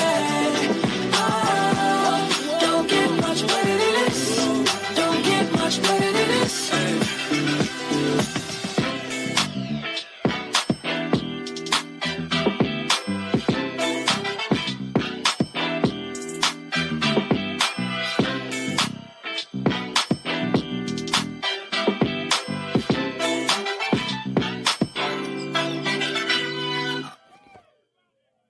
All right. We'll continue with the Fast 8 soundtrack. Yeah. It don't get much better than it like that. Oh, I like it. I like it. Yeah. All right. So now it's time for my favorite part of the show. We're going to find out what's bothering Nikki. Nothing is bothering me. Nothing is bothering me this week because I'm happy that it's mandatory now for everybody to wear their masks. I'm happy. Okay. I'm very happy about that. But some people still not wearing their masks. We've been saying it. We've been saying it every week. We've been saying it, and now it is mandatory. Mm-hmm. Wear your mask. You cannot get up in the stores without it. You cannot get up in the stores without it. You can't go shopping without it. Wear your mask. So nothing's bothering me. When I saw that, I was like, that's it. Yes. That's it. And you know what you say? It's mandatory to wear your mask. It's mandatory. And also other than that, you know, going over my lines and different things like that. So I'm happy about that. We about to start filming because this thing is about to be over now that it's mandatory for everybody to wear that mask. Mm-hmm. I already sees it. Yeah. All right. So there you have it. I already see it. Wear your mask so we can get back to our normal lives. Right. Now it's mandatory. You can't do nothing about it. Put it on. Right. Put it on. Like, you can have the money, but if you ain't got the mask, you ain't gonna be able to buy nothing. But here, exactly. Yeah. And the thing is that they made it so easy for you. They said make a mask out of anything. Right. Anything. You can a bandana, a t-shirt. bandana, whatever. You know, and they even said if you want extra protection, they even said you can get the filter from the heater, you know, Right. the heater filters, cut that up, put that inside the mask as well. Right. They even said that for extra protection. So it's no excuse now. Right. It wasn't an excuse then, and it's no excuse now. Mm-hmm. So I'm happy. I'm happy that they came out with that mask order. Wear it. And that's the only way this pandemic is going to be over. Wear it. It's not fair. It's not fair to those of us who are obeying the rules. It's not fair. Mm-hmm. It's not fair. It's not fair for us to come out of our house, go to the market, and see you in there with no mask, and your kids don't have on masks either, and everybody just coughing. Mm-hmm. It's not fair. It's not fair. So now you have no choice. You want to eat? Put the mask on. That's it. That's it. All right. That's all I got. Okay. I think I'm too happy about that. Well, that's a good thing to be happy about. You know what I mean? Yeah, I think Because that's going to save lives. Yes, come on. Yeah. Come on. And, you know, people of color are getting upset about the numbers. You know, that the pandemic is affecting more African Americans. Because it's primarily our people that's not wearing the mask and protecting themselves. Yes. Put the mask on. Mm-hmm. And then the numbers will go down. Mm-hmm. You don't like listen, numbers don't lie. Numbers don't lie. You don't like what you're seeing? Put the mask on. Mm-hmm. Put the mask on. Come on. Come on. Right. Put the mask on. That's it. That's all I got. All right. That's cool. All right. So we're going to take another break. And when we come back, it's going to be time for my favorite part of the show, Kevin's Corner. When we come back, it's the Kevin and Nikee Show on iHeartRadio. We're everywhere, and we'll be back. Raise a cup up for all my day ones. 2 middle fingers for the haters. Let's only get in greater. Straight up from nothing we go. Higher than the highest skyscraper. No little league we major. The proof is in the paper. We put the good in the good in the good life. We put the good in the good in the good life. We put the bad in the past. Now we alright. Hey, Lonnie, I got you. And it's a feeling that I can't explain. How you make it and your team still stay the same.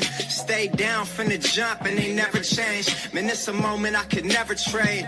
Yeah, I told my moms not to stress no more. Go hit the Bentley store and no credit card debts no more. I bought the crib and it's an escrow now, so you don't never have to worry about how you gon' pay rent no more. I put my team in position, now they making a killing. Stacking blue faces straight to the ceiling. Out in Vegas, I'm with them, ordering bottles of the Ace when they send them. Till it ain't enough space up on the table to fit them. Go ahead and raise a cup up for all my day ones. 2 middle fingers for the haters. Let's only get in greater. Straight up from nothing we go. Higher than the highest skyscraper. No little league we major. The proof is in the paper. We put the good in the good in the good life. The good life. We put the good in the good in the good life. I said the good we put life. the bad in the past. Now we alright. We alright. Yeah. Calico in a glass, have a toast to success. No looking back from here, no more being broke and distressed. I put my heart into this game like I open my chest. We only pray for more M's while you hope for the best. We make these plays, man, I'm finessing these checks. Time's up for everybody, I'm collecting on debts. And I swear this champagne just tastes better on jets. I'm just out here being great, man, this is real as it gets. I put my team in position, now they making a killing. Stacking blue faces straight to the ceiling. Out in Vegas, I'm with them, ordering bottles of the Ace when they send them. Till it ain't enough space up on the table to fit them. Go ahead and raise a cup up for all my day ones. 2 middle fingers for the haters. Life's only getting greater. Yeah. Straight up from nothing we go up. Higher than the high skyscraper. No little league we major. Yeah. The proof is in the paper. You know. We put the good in the good in the good life. The good life. The good in the good in the good I life. said the good We put life. the bad in the past, now we alright. We alright. Right from the bottom we rise so high. Now we cutting skylights. We building an empire. We owe it up to each other. Just look at us right now. Destined, we so good right now. Legend, here's to you and I. Raise them to the sky. We put the good in the good in the good life. We put the good in the good in the good life. We put the bad in the past, now we alright. You know.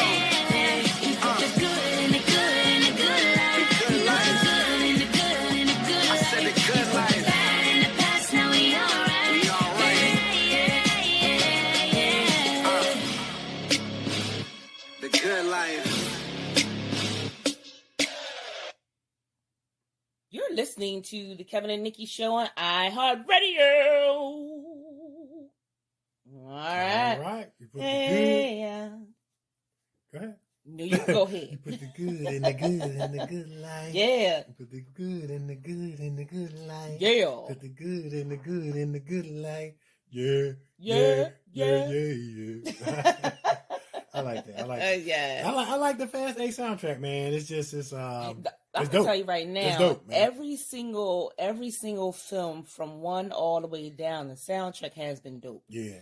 I will say that the soundtrack from Fast 1 all the way up until all the way up to the current one, Yeah. the soundtrack has been a really good soundtrack. Yep, Really yep. good soundtrack. And I'm gonna tell you, I'm looking forward to find out who's gonna be on 9.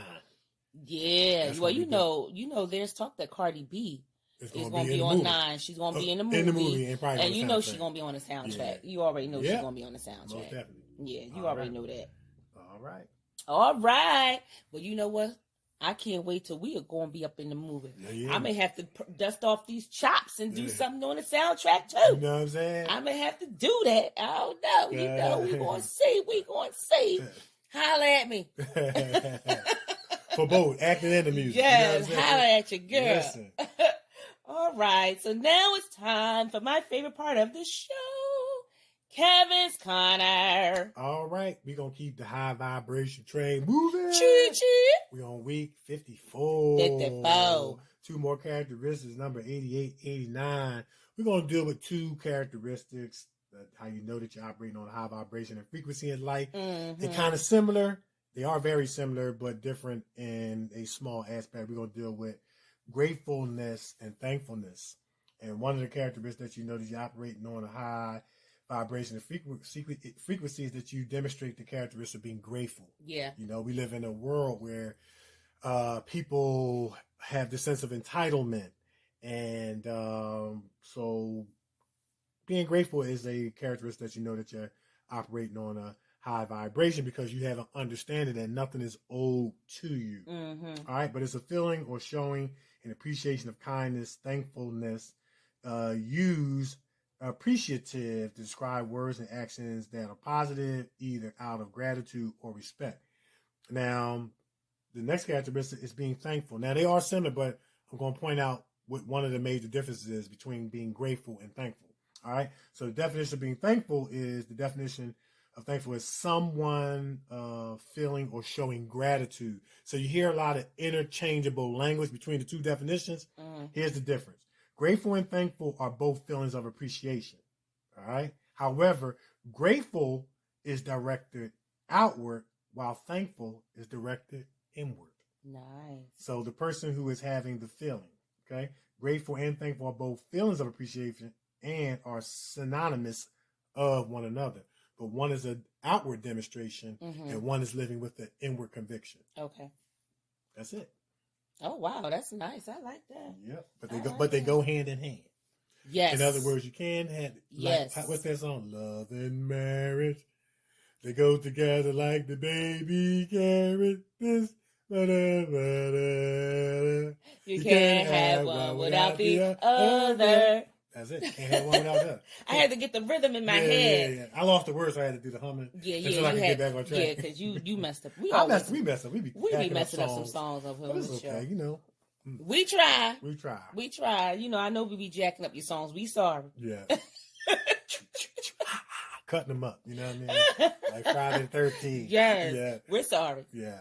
All right. So that's it. That's it. We're all done. That's it. Oh wow! An awesome show today, man. Was. Awesome show today. A lot of fun. Yes. Just hearing the behind the scenes stories, and you know, like I said, we were recently watching Fast 8, and this is like, and we had Roy on the show. Man, so it's just neat. It's real neat, man. This is one of the fascinations that I continue to have with this acting radio show journey, is because, you know, people who we grew up watching them with on TV, we're on set with, you know, we're talking on the phone with, having them on the show, and, you know, people who we meet and connect with, who we're watching on TV and well, you know, formerly in theaters before all the corona pandemic. And now we're talking to them on the show, and it's just the friendships and the relationship that you build with people.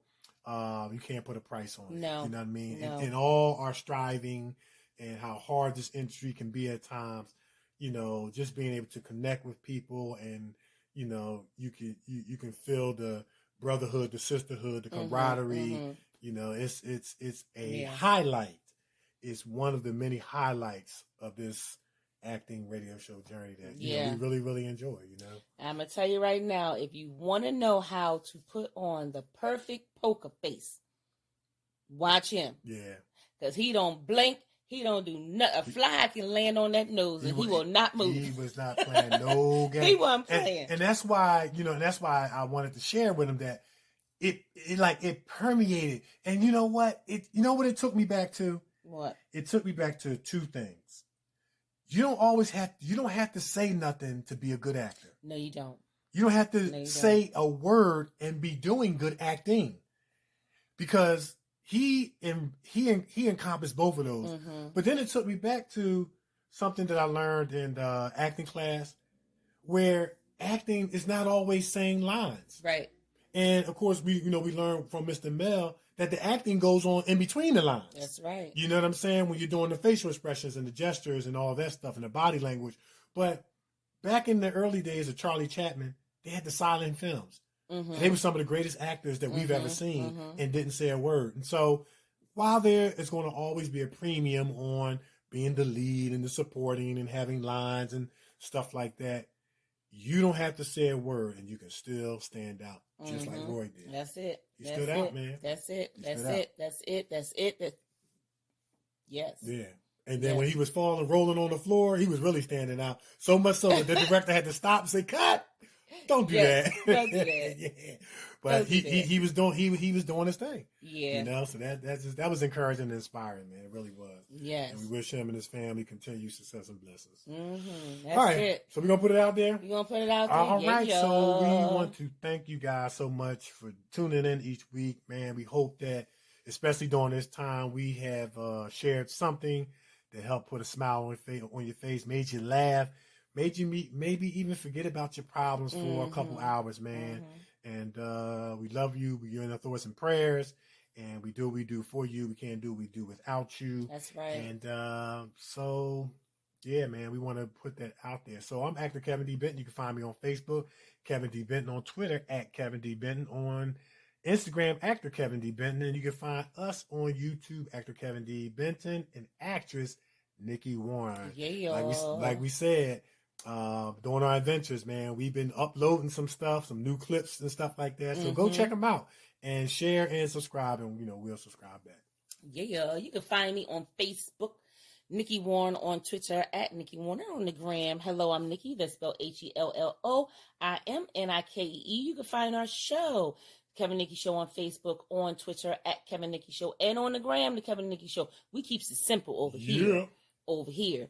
And, you know, if you have any questions, comments, concerns regarding our show, hit us up, the Kevin Nikee Show at yahoo.com. If you have any questions for our special guest, Roy Coulter, hit us up, Kevin Nikee Show at yahoo.com. We'll read it to him, get the answer, and read it back. And like we always say, who knows? Your letter can be featured on our show.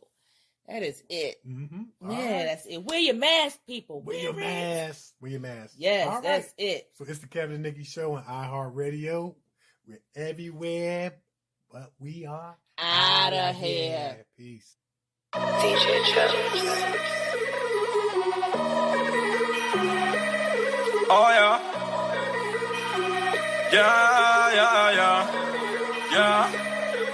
Yeah. All these horses in my car got me going fast. I just wanna do the dash, put my pedal to the gas. Going so fast, hope I don't crash. One false move, that could be my last. All these horses in my car got me going fast. I just wanna do the dash, put my pedal to the gas. Going so fast, hope I don't crash. One false move, that could be my last. I just pulled up in the Benz, it was just me and my mans. Fishbone, no turn, scooping up with her friends. Won't take that to the movies, ain't got no love for the groupies. See back while she do me, she get wetter than jacuzzis. She don't ball like a gray light, she get ran through like a red light. If they hit right, then the brain right. Shorty know I be there every night, rollin'. What they want like steak sauce, 0 to 60 I take off. Can't see me looking like Ray Charles. They tell me slow down, I'm going too fast, young. I just wanna do the dash. I'm so reckless, hope I don't crash. Cause I'm rolling, like the whip stolen. Yeah, all these horses in my car got me going fast. I just wanna do the dash, put my pedal to the gas. Going so fast, hope I don't crash.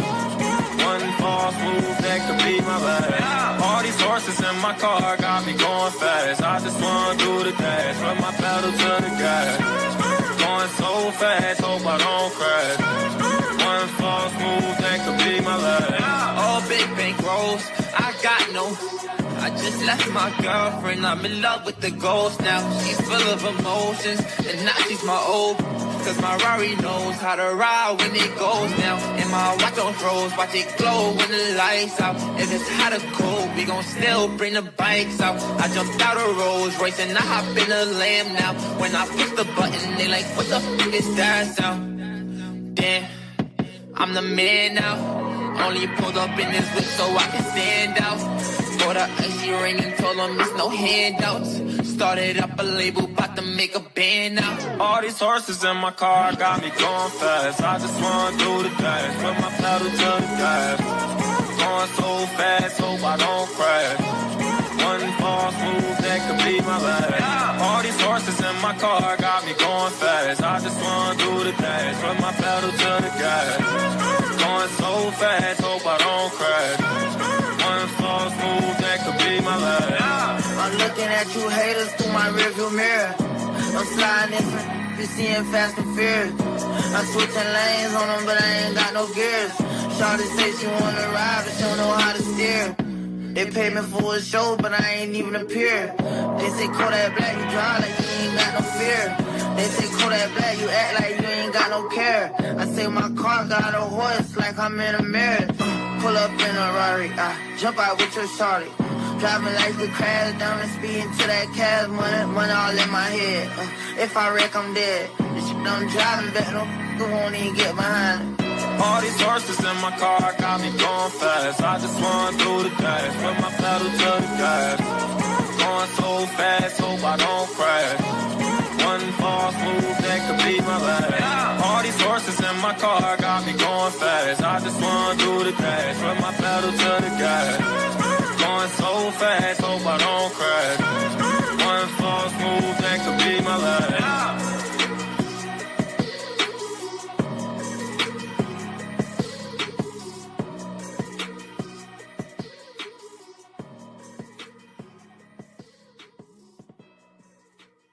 You have been listening to the Kevin and Nikee Show on iHeartRadio.